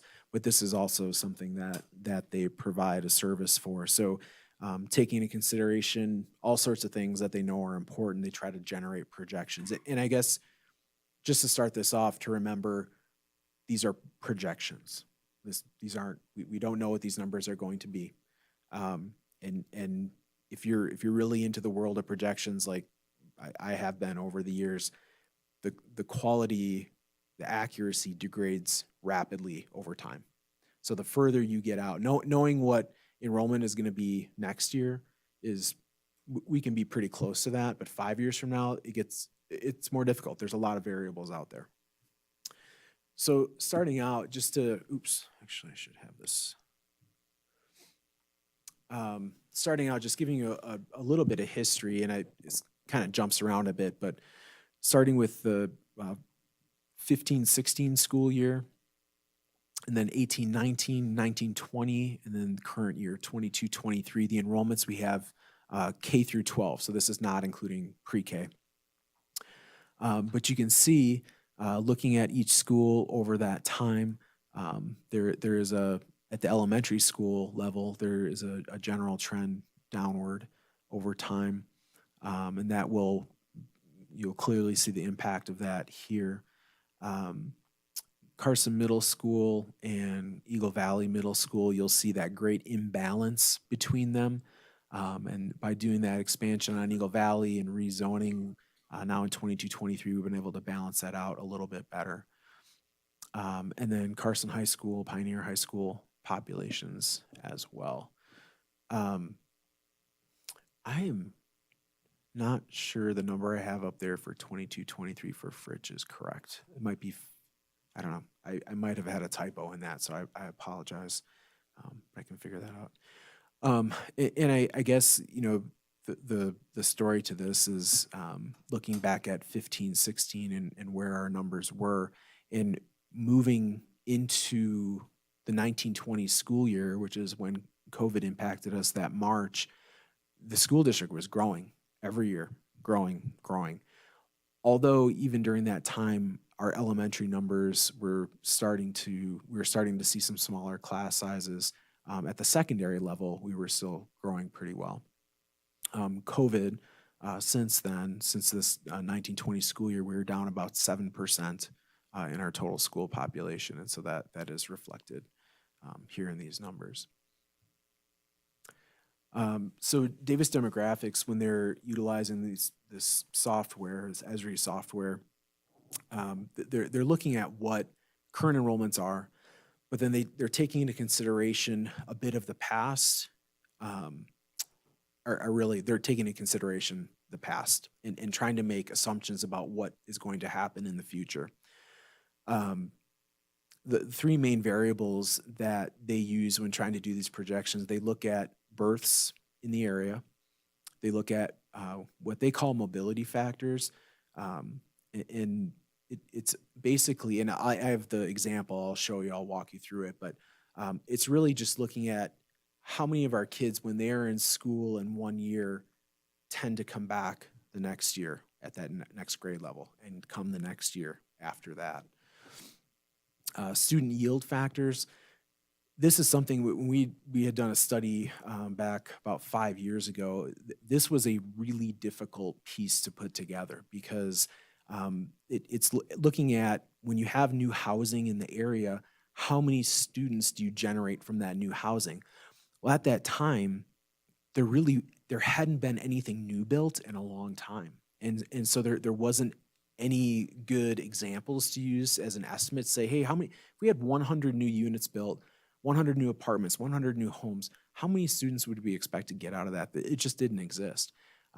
So now, this time around, we actually do have that kind of information because some of these developments that we were looking at back in 2018, many of them have been completed now and are being occupied. This is the birth information. And so if you look at the colorful part first, in the leftmost column, it says birth year. So that's the year of birth. And then to the right of that, it says kinder year. So the year they would be in kindergarten. And in that orange row that is highlighted, so that's our current school year. And looking at the 2017 births, they would be here now. There were 584 births that year. And then from there, they look at what has happened since and what has happened before. And so you see that generally the number of births has gone down over time. And what is interesting, I had information going back to 2001, so I put that just to the left. You can see how significantly higher those birth numbers were back in the early 2000s, leading up to this point in time. So again, it's just a different place for the city in terms of, I think, the size of families that we're seeing and demographic changes. So this graph shows you the relationship between the number of kindergartners that we have in the given year, and then if you look back at their birth year, how many births there were. And so the example I'll use in this current year, the far right column, we have 474 kiddos in kindergarten in the orange, but there were 584 births back in 2017. So it gives you an idea of the relationship between those. And one of the things, and the gentleman that helped me from Davis Demographics pointed out, is that this trend you see where there seems to be a larger and larger difference between the number of births and the number of kindergartners. They are seeing that all over the place. They work with districts across the nation, but they are seeing that in many of them, which is interesting. See, I was wondering if maybe that was because kindergarten is not required by Nevada law, if that had any effect on it. They work with I think over 100 districts in California, I think over 50 in Texas, and then this is they're seeing things like this in many of the districts they work with. Is there a theory of where those kids are going to? I mean, I don't know that we have a huge, mortality rate of kindergarten age children. Right. Well, and I think, possibilities, and I don't think we really got into that conversation, but I mean, if a student would end up going to private school or being homeschooled, that would make a difference with those numbers. So this is a little complicated, but this is what I call cohort survival in the finance kind of world, doing these projections. And it's strange using the word survival, but it's the idea that you're looking at, so if I have 100 kids in a kindergarten classroom, and the next year in first grade I have 101, my cohort survival ratio would be 1.01. And if you look at that over enough years and through all these different grade levels, it gives you a sense just of how classes are changing, what kind of trends you're seeing. Most of our numbers generally are right around 1, which means class sizes tend to stay the same. If we were in an area, say, some parts around, like, say, South Reno or North Reno or down around Las Vegas, you might see some like 1.04, 1.05, 1.06, where they're growing every year because people keep moving into the area. And that is not as much the case here. So in the green squares, it gives you an idea that Bordewick Bray, and they actually look at this over the past 3 years, like Bordewick Bray, kids going from kindergarten to first, usually that number pops up. But then when they go from first to second over the last 3 years, it's tended to trend down. And that's what you see through the rest of those years. overall, seeing 5th to 6th. So when you see the name Bordewick Bray there, it's just talking about that area and how many kids are coming from that area, resident students. So you see there from 5th to 6th grade for a number of these, they turn green. And that's because you have kids either moving, say, from the private schools to the middle school or homeschooling to the middle schools. So there's usually an increase going 5th to 6th. And you generally see the same thing going from 8th to 9th, where kids will end up coming into high school that maybe previously weren't a part of the Carson City school district. But I think the overall sense is that you see much more red than anything else. And so that kind of gives that downward trend over time, that there's these slight reductions that we're seeing over time in the student populations here in those attendance areas. Yeah. So what's the time span that this represents? Just 1 year? This is an average looking back 3 years. And actually, that's a really important point too. That's a good question, because one of the things I spoke with Davis Demographics about is, so what is the impact of COVID on this, right? Because our population very quickly in 1 year dropped about 5.5%, and now it's gone down a little bit more. And so there's maybe an overweighting of this significant event that's maybe an anomaly, and is that really something that should be included? And they've had this question come up in other districts seeing similar things, and so they can do things to try to massage it. And when they did that, it did reverse some of the decline, but it still generally was declining. And I think in the conversation, it was more so you keep that in your mind as to that you had this bad year, and it may be kind of overly deflating the numbers. So it'd almost be like a worst case scenario, but just to recognize that that number may be outweighting it. When they did try to modify the numbers, it was a difference after 5 years of about, I think it was an extra 150 students. So it's not like it's adding 1,000, but it's still within the ballpark of the final numbers they came up with.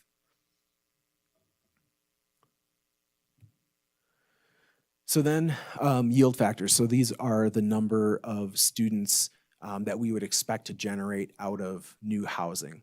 And so they look at every development that has happened recently in the city, and they're looking at all the new developments. They actually work with they're contacting Carson City and getting all this information from them. And so they looked at the multifamily homes, basically townhomes, apartments, and then single family homes.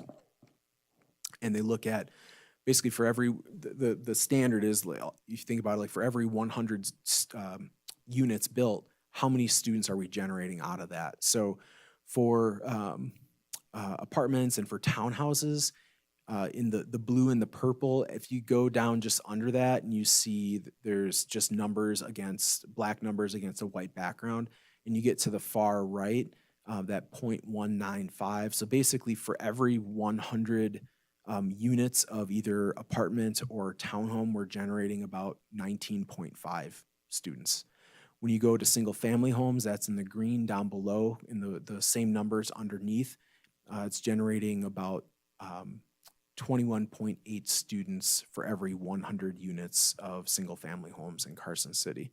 And so those are the numbers they use then when they're looking at all the developments that are happening around Carson City, and they look at the timeline expected for those developments. Those are the numbers they use to try to generate, here's how many kids we think we would be getting out of these developments here in Carson. And this is the map they provide in there, just showing all the different developments that are happening around that they are considering. So it gives you an idea. The green is our apartments. And sorry, this is on page 13 of your packet. The green is all apartments. The blue is the like townhomes, and then yellow are single family homes. So you can see, like, if you know where the Lampa Ranch is, there's still developments pegged there. But again, this is happening probably over a 20-year time period that it will develop. So they take that into account as well. So this is an interesting graphic, and this is our table. And this is on page 16. In reading this is the direction of reading this is really important, but this is one of the more interesting things that they come up with. So in the far left-hand column, you're looking at Bordewick Bray Elementary School. And you're looking at what they call the attendance area. We usually say the zone. So you're looking at the number of students living in the Bordewick Bray zone. So the next column to the right is 543. So in the Bordewick Bray attendance zone, there are 543 students. Of that, and you go to the right, 475 go to Bordewick Bray Elementary School. 3 go to Empire. 17 go to Fremont. 19 go to Fritch. 8 go to Mark Twain. 3 go to Seeliger. 18 go to Carson Montessori. So it gives you a sense then that far right column, what percent of the kids who live in Bordewick Bray zone actually attend Bordewick Bray. And that's how this works across all of these. And it's interesting for the schools, they're all fairly similar. Seeliger kind of has the highest percentage rate, but it's not that significantly different from some of the others. Down below it also adds in then the number of students coming from out of district into those schools. So it's just another kind of data point to look at. Same kind of information for Carson Middle School and Eagle Valley Middle School is on page 17. Looking at, there's 865 students that are middle school age in the Carson Middle School zone. Of that, 816 attend Carson Middle, 30 of them go to Eagle Valley, 11 are at Carson Montessori, 8 are at Pioneer.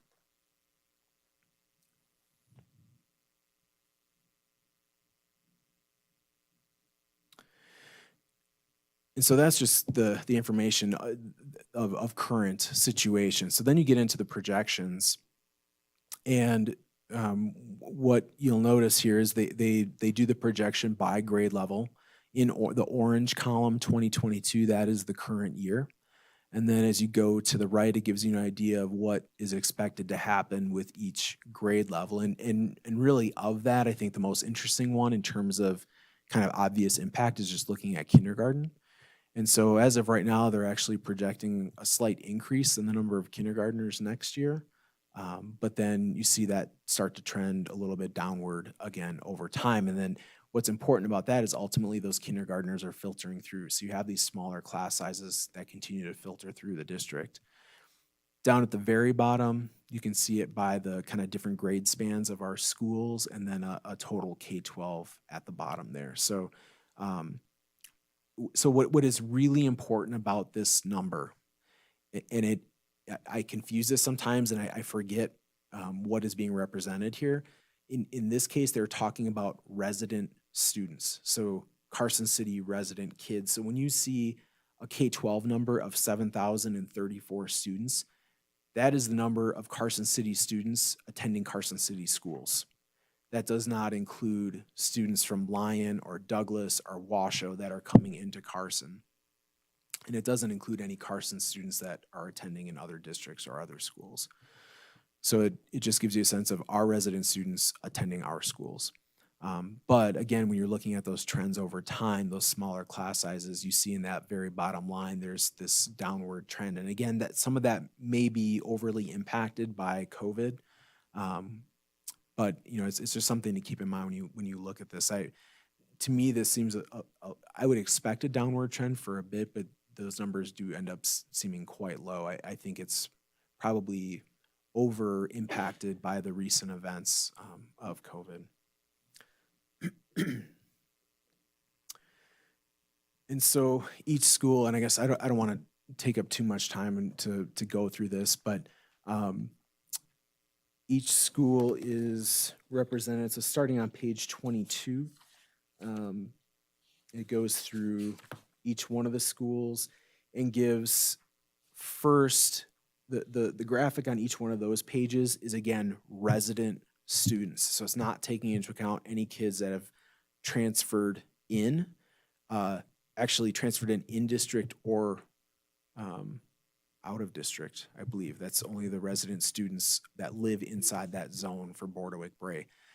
Down below, though, if you look at what I have up on the screen, and actually I don't have this. So this report is actually about 150 pages long, and I left, there's 2 pages at the end that are what is at the bottom of the screen right here, and I realize it's hard to see, I apologize, but the bottom part of the screen actually represents the real enrollment. So that's including all the kids who have transferred in. So it shows you an estimated in number of students and an estimated out. So how many, starting from the number of resident kiddos, how many we know are coming into the school, how many we know are going out of the school. And then ultimately in that gray, that's the current enrollment. And then it projects next year what they think the enrollments will be, given the number of kids that usually are transferring in, the number of kids that usually have transferred out or variance out to another school. So that's kind of a better sense maybe of where the population for example, Bordeaux will be next year.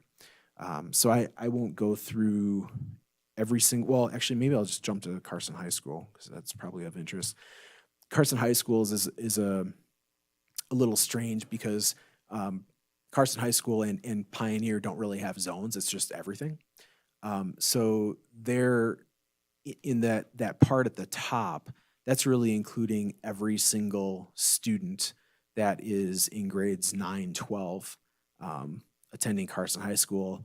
And so if you look at that total 9, 12 row as you're going across, it gives you a sense of that we are going to see Carson High School start losing population over time. There are just smaller classes coming up. So as much as it is very full now,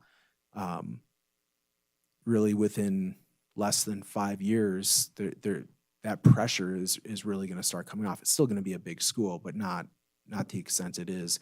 Or even back in 2003, I think it was almost 2,600 students back in 2003. That was kind of the high point for Carson High. So, and I will stop there, and I've taken up a lot of time, so I am happy to take any questions you have, or if you want me to go back and just go over something again. AJ, my question is, I was reading through this, and some of these numbers just are, they make your brain go to mush a little bit. What's the summary? You know what I mean? Like, what's the point here? What do we need to take away from this and work with? I think that's a great question. No, I think what it says is, look, the reality is, in terms of the impact on the school district, there are demographic shifts happening in the community. And in general, families are having fewer kids. And so we are seeing the impact of that over time. While the population is likely fairly stable here over the next years, I think there's a pretty reasonable chance that we are going to start seeing a decreasing population. I mean, I think of like Douglas County schools. Douglas County schools in the last 20 years have lost over 2,000 kids from the district.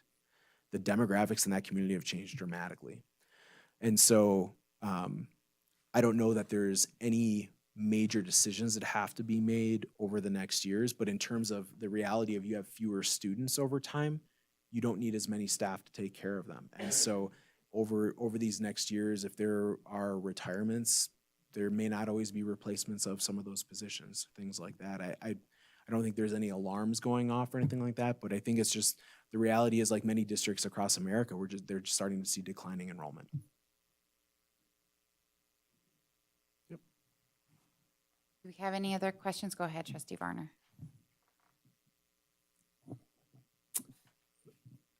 Was there any discussions about the amount of individuals entering the U.S.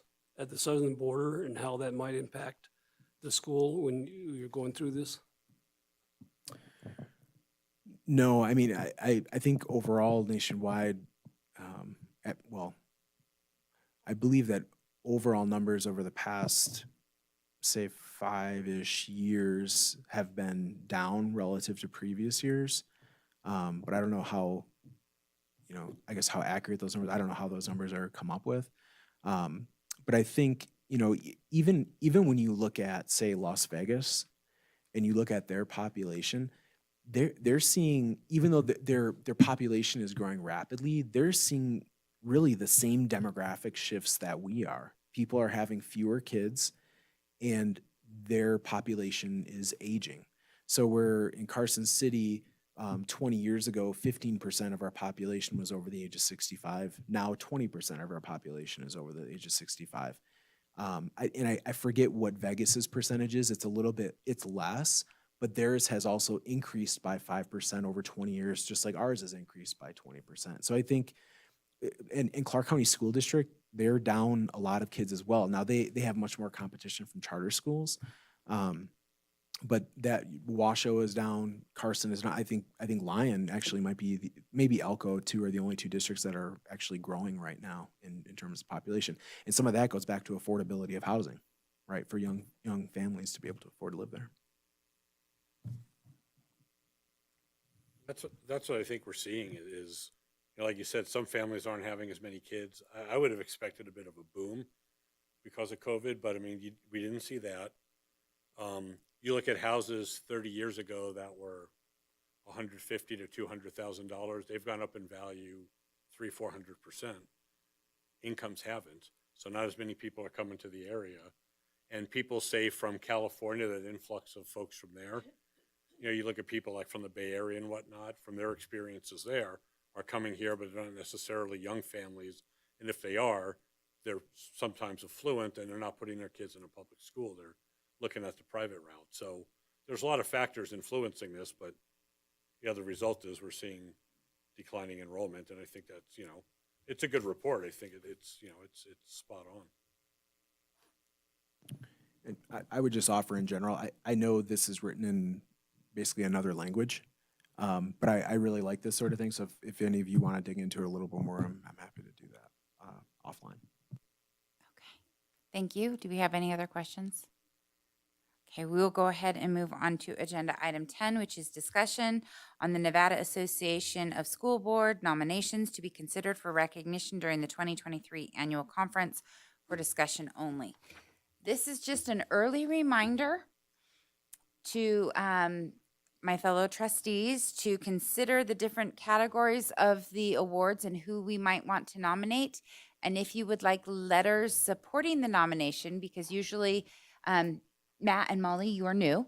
And when we submit nominations, we attach a letter in support of who we are nominating for that category. And sometimes it's very helpful to have an administrator help write that letter who knows the particular teacher or the other administrator better. And they will be going to summer vacation soon, and so then it makes a scramble because these are due to be turned into NASB in August. And so I don't really have anything unless you have, this is a really short agenda item, but just a reminder to do it. If you have anyone that you stands out already that you're willing to nominate, go ahead and see about getting some support. Go ahead, yes. Quick question. So, I mean, is it common that you might have like 7 different nominations for the same position? Or do we try to be consistent? No, I know, but do we not get together as a board? and Usually vote as a board, we one? decide on one. Okay, thank you. So other people, you know, trustees can bring it up and then we go, oh, we thought of so-and-so, we thought of so-and-so. And then we go, oh, well, we're all comfortable going with this one. Yeah, in some years we've had 3, 4. I don't remember having too many more than that for one category. But then based on how many we can advance, we'll have that discussion here over, you know, who we, as a board, who we think, you know, we want to throw our hat behind. It will Yes. come back again, but this is start looking, start making your list. This is, Mike, did you had your hand up? I was just going to say, as you're working with, like asking the teachers, the school principals, Mr. Fueling, as you're kind of doing that, start in your head, start jotting down your notes, maybe keep notes because those dates come on us quick. And so then there's a little bit of a scramble between Renee reminding us all and kind of divide and conquering of who's going to write a letter real quick because we have to meet the deadline. So it comes quick in the summer. As of now, we don't have the date, right?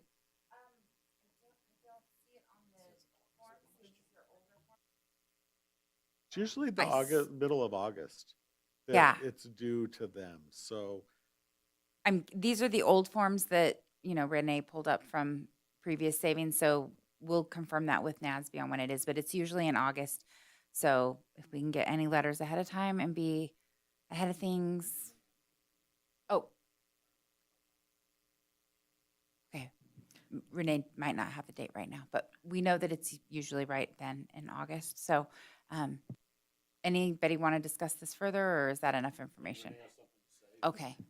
I was just going to say, Trustee Crossman, last year it was that second Friday in August, which was the 12th. And so I did speak with Mr. Harris, and I'm anticipating that it would be similar, kind of a similar timeline, but those dates have not been finalized. So I would assume maybe it would be close to that same timeline. Thank you very much. Okay, do we have any other questions on this agenda item? Okay, we'll go ahead and move on to agenda item 11, which is discussion on possible changes and revisions to the superintendent's contract and the evaluation form and process used for completing the superintendent's annual evaluation for discussion only. So, in your executive summary, Trustee Cassiopo and myself were appointed by President Varner last fall to look at changing and updating the evaluation of our superintendent. So we met, and what you see in your packet is the current process that we use, the evaluation form, and then I cut and pasted, and it may be an older form because I had to cut out something that wasn't in the other one. So hopefully it makes sense. What we talked about doing when Joe and I met was that we wanted to combine, there were 8 categories that we were evaluating. We thought some of them could be combined. So we condensed it down. And what I did, just for simplicity, because I didn't want it to be too complicated, and also I didn't want to do too much work if you all said, we don't like this at all, we don't want to go this direction, and then I'm not redoing it. So I combined the different categories that we thought would go together, changed some of the titles of it to make it make a little bit more sense. And throughout, what I tried to do is put the bullet points for the strategic plan into the other categories that they seemed like they fit. I'm gonna be honest and let you guys know, I think there's still too many bullet points. I think we need to condense that, but I didn't want to do that without direction. Also in your packet is the evaluation form that is new that Churchill County adopted. And I liked it better than I thought I would when I first started looking at other evaluation forms. So I do think I took a little bit of their language and put that into ours because we talked about leadership and district culture. And I think that kind of ties in with the vision, culture, and instructional leadership, which was combining things anyway. So it seemed to make sense to me. I do like the format that they have with boxes where each bullet point, when we narrow it down, has a box that you can evaluate each different bullet point on, rather than maybe just having a bunch of bullet points and rounding them all to one summary. So I like that idea. Formatting is kind of really hard to do, so I didn't put it in a format if you guys don't want it in the box format, like Churchill has that. So the other thing that Joe and I discussed was whether or not it made sense to possibly change the evaluation criteria. We use 5 ratings. We use superior, very satisfactory, satisfactory, needs to improve, and unsatisfactory. And if you look at how Churchill does, they follow the NEPF with highly effective, effective, developing, and ineffective. So is that, if that's something the board is interested in making a change, we can consider it. There's pros and cons either way. So hopefully you've had a chance to review and we can get some direction on what we want to do, where we want to go forward with this. Oh, before I do that too, just to let you know, the reason that we've got this with the superintendent's contract is that Mr. Fueling's current contract goes from July of last year to June 30th of this year. And he has given notice to me as the board president that he is interested in renewing it. And because the evaluation criteria are included in the contract, any changes that we would make to this, I would like to include in whatever proposed new contract we develop and then bring to the board to approve. So that's where we're at with the contract and how we do the evaluation on there. Do we have any questions? Oh, go ahead, Joe. One of the things we were looking at, and this is work in progress and a lot still needs to be done. Number one, we don't have to change anything. If everybody says, you know what, this is a whole lot of work and in the end, what's it gonna get us? We can keep everything the way it is. We can make minor modifications. We can overhaul the whole thing. The world is our oyster in this regard. But one thing we tried to do with the 8 categories, it wasn't that we just arbitrarily wanted to say, you know, we have 8 or 9 categories. We only want 5. But it seems like the lines were a little blurred when you look at it. And we wanted to have kind of distinct categories that, to the best we could, stand alone. And if that means we can break it into 5 new categories, great. If it's 4, great. If it's 6, that's fine as well. But when you go through here, a lot of times when you read the bullets, it's like, I almost kind of answered this question in another category. Yeah, and so I just didn't want to evaluate them on the same thing 3 different times, but we don't really intend to do it that way. So that's kind of why we looked at, do we have too many categories? Do we need less? That kind of thing.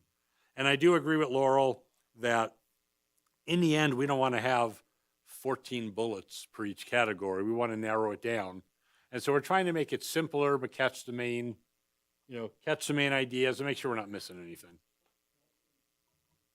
I really think reading through this, the first one had the most. I was like, that's a lot of stuff in one standard. The other, I liked how it was kind of bringing it down into the 5 areas. But the same thing, it's hard to, there's so many different things in each category. How are you going to figure out what that rating is? So I almost like the idea of having a Google form where you rate the bullet points, and then that's going to make it a lot easier to synthesize for Renee, because she could just run the report. She could just put it in Excel or whatever, push the button and we have that summary. What we ran into before, sorry, Molly, real quick, is if we had a category like, community relations and communication, and there were 5 bullets, and that was it. I would try to go by each bullet and go, I'd give them a this on that one, this on that one, and then I'd kind of average it myself and throw it down there. And by doing the table, it takes some of that guesswork out of it. It's a little more quantitative that way. I don't want to make it complicated. I wanted to make it easier, but at the same time, I also want it to mean something. Okay, so yes, I think, first and foremost, I think that we should do it by bullet point. And I believe that to be because as a new superintendent, if you put it as a category, then there's not specifics on where there needs to be improvement, okay? And I don't think then we would be setting them up for success on that end if we just put it in a lump sum. So by bullet point, I think that it's important to do the categories by bullet points, so then it's specific on where there needs to be improvement. I do like the ratings: superior, very satisfactory, satisfactory, needs improvement, and unsatisfactory. But I would add not observed, because the fact of the matter is, I don't know that I'll ever be able, like if I'm going to go now, and especially for Matt as well, I don't know that just look at community relations and communication demonstrates effective communication skills in individual, small, and large group settings. I'm not quite sure that I will have ever see him before the evaluation communicate in a large group. I've seen him in a small group because we're a small group. I've seen him in an individual situation, but I don't know that I'll have the opportunity in a large group. So on that end, that would be something, that I'm not really quite sure that I would feel comfortable evaluating him on. And so rather than just, staying satisfactory, that's not really giving him, evaluations, I think at the same time need to be, where is there You know, where are my strengths? And let me grab those. Where are my improvements? But yet, please give me the opportunity to say, I haven't observed it. You know, it's not negative, it's not positive. You know, it's just, I haven't observed it. So I would like that added in if that is to the board's I'm just liking gonna as well. admit that my not math inclined brain is wondering how something that's not observed, because then what we do is we average the scores and we do that. And is that, I don't know how that's gonna impact it, but it seems like if we're not doing it, that might negatively impact it. And I don't So know what for- that looks like. So for that's something we me, have to it work would just out. be null. So say that if I have, for that, if you do the communication, say each bullet point has 1 through 5, on mine then, you know, and in that category, there's 5 different, there's a score of 25. If you all answered that you observed it and you answered, you know, 1 through all of those, you would average it out of 25. If I say not observed for 1, you would then make mine out of 20 on that end. It would be null. It's not as hard as you think. We Yeah. can do it. Yeah. Yeah.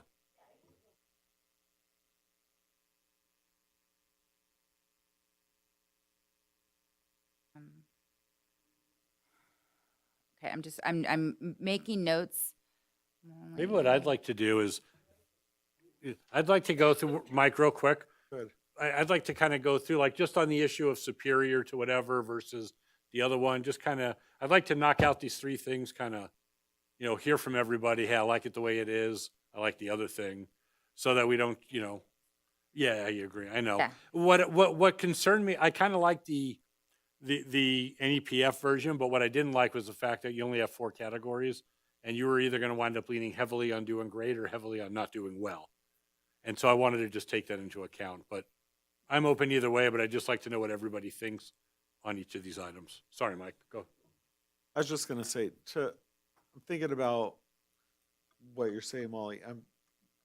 What I'm wondering about is that as trustees, I think it's also our responsibility to make sure that we are, if we're saying these are the important things that our superintendent does, we need to make sure we are looking for that, because we're saying this is what's important. And so what I would hate to see happen is everybody says, well, I haven't seen blank, and so we have a bunch of zeros in one thing, and so then an outlier gives that rating for the person. And so I think that I understand what you're saying, and I agree, but I think that we also need to, as the trustees, we need to say, if this is important, we need to make sure that we are truly looking for this evidence.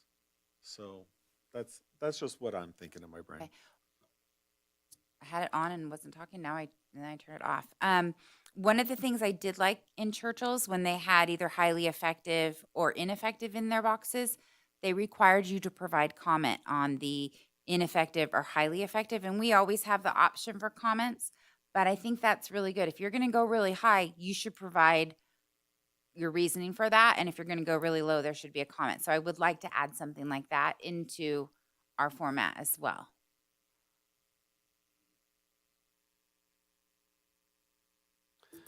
If I could, the more I look at the Churchill County School District one, I kind of like it because it does have the different bullet points.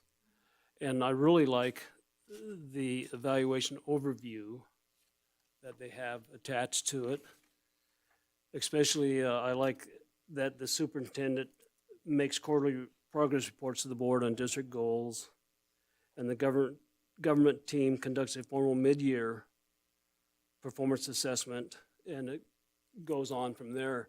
So I really kind of like the Churchill County form, and I don't know if they'd be offended if we copied it or adopted it in some degree. I'm guessing, I'm waiting to hear from everybody, but I'm guessing we're going to certainly take pieces of it, and we're going to, you know, we'll give them credit where credit is due. And I think if you were to look at evaluation forms across the state, there's a lot of sharing among the districts of what they like. Yeah, there's a lot on the internet. I've done a lot of research, and you can find them all over the country. One part that I did think was, that I liked about Churchill's too, was their part B, which was the annual objectives, which was a separate part from they had 5 standards that a superintendent should do. And then part B was the annual objectives, and they had 4 goals that they wanted to evaluate on for that year. And we usually in the past, I know it's your first year, but Mr. Stokes would make goals, but sometimes those weren't told to us beforehand. And so that might be something as we're going into a new contract and looking at the evaluation. If we want to add something like that, that would be a good heads up to start when we enter that in July. Yeah, I would agree with that. One of the other things which I forgot to tell you too is per the contract that is currently existing, there's one evaluation is required by the contract. That was satisfied by the evaluation in December. And Joe and I talked about evaluating, when do we want to evaluate? Would we do it in July or June before a new contract? Part of the reason I think the evaluation time is set is for December is because a lot of the criteria that we're going to be looking for, graduation rates, SBAC results, even our financial audit, we don't receive that information until the late fall. So to me, keeping the evaluation timeframe in December makes sense because we'll have high school graduation in June and then in the end of summer with the summer graduation, but we don't get the whole district's rates until later in the fall. So I think which I know we're evaluating even that year, it's kind of an off cycle, but I think it makes sense on when our data is received. But I'm open to thoughts if anybody has any different thoughts on that.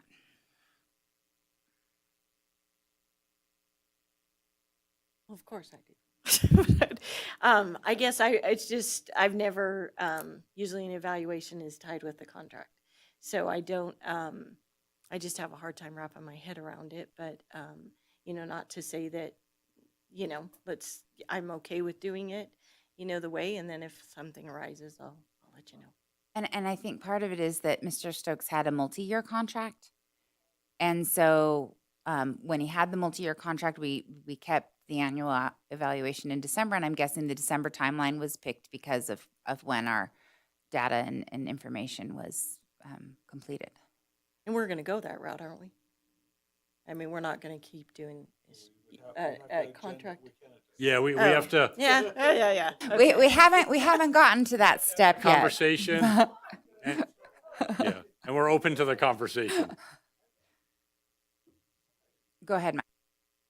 I thank you both for working on this because years ago, I think Stacy and I took that first step because the superintendent evaluations were really negative and uncomfortable to sit through, and it felt like we're kind of like people were like taking things out on the superintendent. So I think we've taken that part out, and now it's time to kind of fine tune. And so I appreciate the effort, and I think anything we could do to kind of consolidate and make this a more seamless process for everybody involved, including the community, is going to be huge.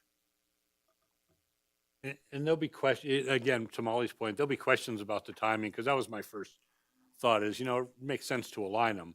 But given when we get information, it is tough to do. So we can have that conversation. What I think we want to do is get this rough draft format into something to bring it back to everybody and take another look at it and say, are we there yet? And I think it's going to be, us meeting a couple more times, bringing it back 1 or 2 more times. So we're, again, we have a document that means something. And also, I think that when you look at an educator, we're both educators, that evaluation process is truly about continuous improvement. And so if December is a great time to say we need to focus on this for the spring, that gives notice and time to put a plan in place several months before July comes up. And so then it's not like, I don't think we don't want to go back to these evaluations being punitive. If we have somebody doing the job, we always need to alter our goals. But this gives time to put a plan in place and to work with the board and make some improvements. And this gives us, even though we're doing this evaluation a certain time in the contract, we're, we're tracking things if we're doing our job as we're going. So if we're seeing something that's, they're doing really well or it's getting derailed, we want to have those conversations along the way. But formally, we'll have it at a certain set time. I don't disagree with the December, but I'm just wondering if his contract's up in June, and I would anticipate, that it's going to be renewed. Do we need to do some at least mid-year assessment before the new contract's put in place? Well, I know, but I mean, just prior to. Well, under his contract, he is to have an evaluation at least once each year prior to December 31st of each year of the agreement. So that was completed. The evaluation was completed before December 31st of last year. So we are in compliance with the contract. What I'm looking at is continuing the evaluation. It says the evaluation format shall be reasonably objective and shall contain at least the following evaluation criteria, and then it lists them specifically. So I think if we're changing the different categories of the criteria, that would need to be in place. We'd at least have to have those criteria in place before we get the contract taken, get an updated contract. Do you see what I mean? So the existing the contract renewal is going to be, it's going to be based on the existing evaluation criteria we have. We can't obviously judge him or change his contract based on something that isn't created yet. So the short answer to your question, Mr. Varner, is are you legally obligated to do another evaluation? No, you're also not legally obligated to renew the contract. So if you were feeling dissatisfied come the end of June, then you could vote no on any renewal. In the contract itself, what I've heard from you guys, just to make sure I'm capturing everything, is that you like the 5 criteria that we have as far as satisfactory, whatever, with the addition of not evaluated, but you'd like to see it in the format that Churchill County uses to make it easier to calculate and operate under, with the addition of the goals, which I think Joe and Laurel can use to come back. In the contract itself, which is also on the agenda for discussion, you can discuss the term when it comes up, whether you want it to be 1 year or 50 years or, as long as AJ agrees and you guys approve it, that's what the term will be. Until the last surviving. The evaluation criteria, we can talk about putting it in there very specifically as it is in the evaluation form. We can also ratify or confirm evaluation criteria each year that you want to evaluate on that year. So we can make the contract language a little more flexible for you. In other words, that you will evaluate on criteria approved by the board. And that would make sense if and agreed to by the superintendent, so everybody knows what the playing field is. And could that be done just as an amendment or at least word it so the evaluation, because like in our evaluation in the contract right now, we spell out that the rating system is superior, very satisfactory. And if we want to, we can just. We can change all of that. We can change that so that it's not so much tied into it, and then we can update it. What I'm hearing from you guys too is that I think you like the headings that we have, but and maybe it's just me going, there's too many bullet points. But what I'm thinking about going back to do is make it in a box format with each thing, and then condensing and seeing which bullet points can fit together, seeing which bullet points from Churchill make sense. Maybe they've worded it better. So it will look like a new draft, so don't lose your minds when it comes out being completely different, but it will be the same stuff, just kind of condensed. And Joe and I will bring a draft like that to you. Is that what am I accurately understanding what I think I'm hearing? Yes, that would work. I honestly wouldn't try to go more than 7 bullet points per category. Okay. I think 7 is like the max. Yeah. Yeah. And if it's all right with you, President Crossman, I'm happy to, if you have any specific comments on bullet points you'd like taken out, you can certainly send them to me so we avoid any sort of serial communication or anything between you guys as board members. And I can work with Joe and Laurel to help on that. Yeah, that would be a good way to do that too. Is there anybody that disagrees with kind of the summary or what's been brought up so far, just so we We know? Are we all good? Okay. Yeah, I'm good too. But one thing that I do want to point out is that on the information that we have here on this draft, I don't see a strong emphasis on parent engagement. And I feel that that should be definitely one of our strong points because it is on our strategic plan.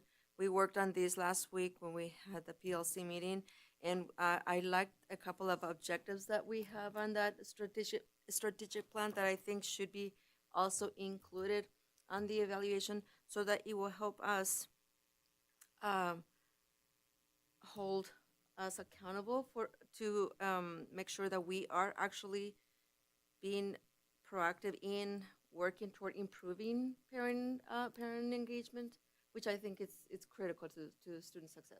So that's one thing I did not see on this draft, Okay. and I would like to see that in there. Okay, go ahead. Yeah, just so you know, when we first got into this, right away my head went to, hey, could we make the categories the pillars of the strategic plan? It didn't work. I couldn't wrap my head around how you would do that. But what I think we want to do is, as we're developing these, I kind of mentioned as like a footnote, what, like each category, what pillar it pertains to. Maybe it pertains to more than one. Just so for my own check, we've kind of covered the 5 pillars. We talk about family engagement, healthy generations, but it's hard to judge him solely on that, but it just kind of, I was thinking as a footnote, we may add that, we may not, but I kind of want to make sure we're capturing the essence of it in this new format. I would say in my mind, schools work on family engagement. The superintendent works on community engagement, which includes families, students, staff members, and everybody else out there. And so I think that that's one of his roles, to make sure that schools are working on family engagement, but we want to make sure that our superintendent, he's truly a community figure. He's working with organizations and industry as well as families and professionals. And so I think that community engagement is family engagement when you're thinking about a superintendent from my standpoint. Well, and I think as we look at that, when I look at the criteria that Churchill County is using under their communication and community relations, there's a lot of really important things about family engagement within that criteria. So I think I would want to borrow some of that language and combine what we've got and see what we're saying the same thing in multiple sentences, but see what's the best way to word it out in there.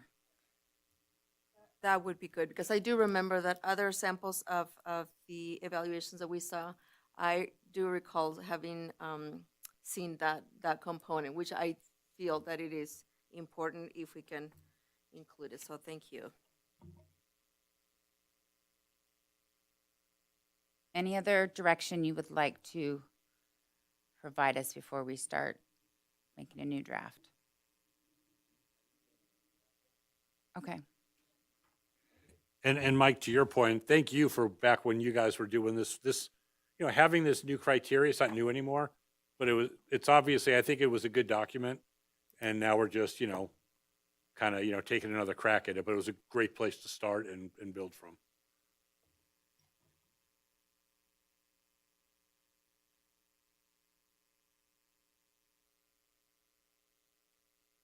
Sorry, I turned off my microphone. Sorry about that, Renee. We will move on to agenda item 12, approval of the consent agenda for possible action. Public comment will be taken prior to any action. Do we have a motion or any? Make a motion. Okay. I move that the Carson City School District Board of Trustees approve the consent agenda as submitted. And Okay, motion by trustee Cassiopo, seconded by trustee Ramirez. Do we have any further board discussion? Any public comment? Okay. And this public comment will be limited to the items on the consent agenda. No. What we just discussed on the superintendent stuff was for discussion only. So there's no public comment on that. So we're on which agenda item is that?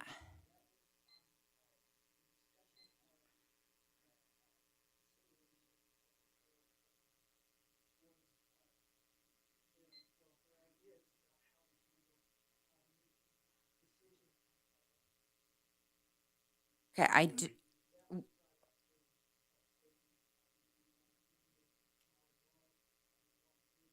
okay, so that was on our agenda item 8, which we have closed, and that was discussion only. That agenda item 8 on the facilities master plan was for discussion only, so we don't take public comment on that. Well, just to clarify that, the time for public comment on any discussion item is in the general period of public comment, which was agenda item 7. What? I'm just telling you the way the open meeting law reads. We had open. Yes. And Denny, you can submit any thoughts you have. You can submit those. Yeah.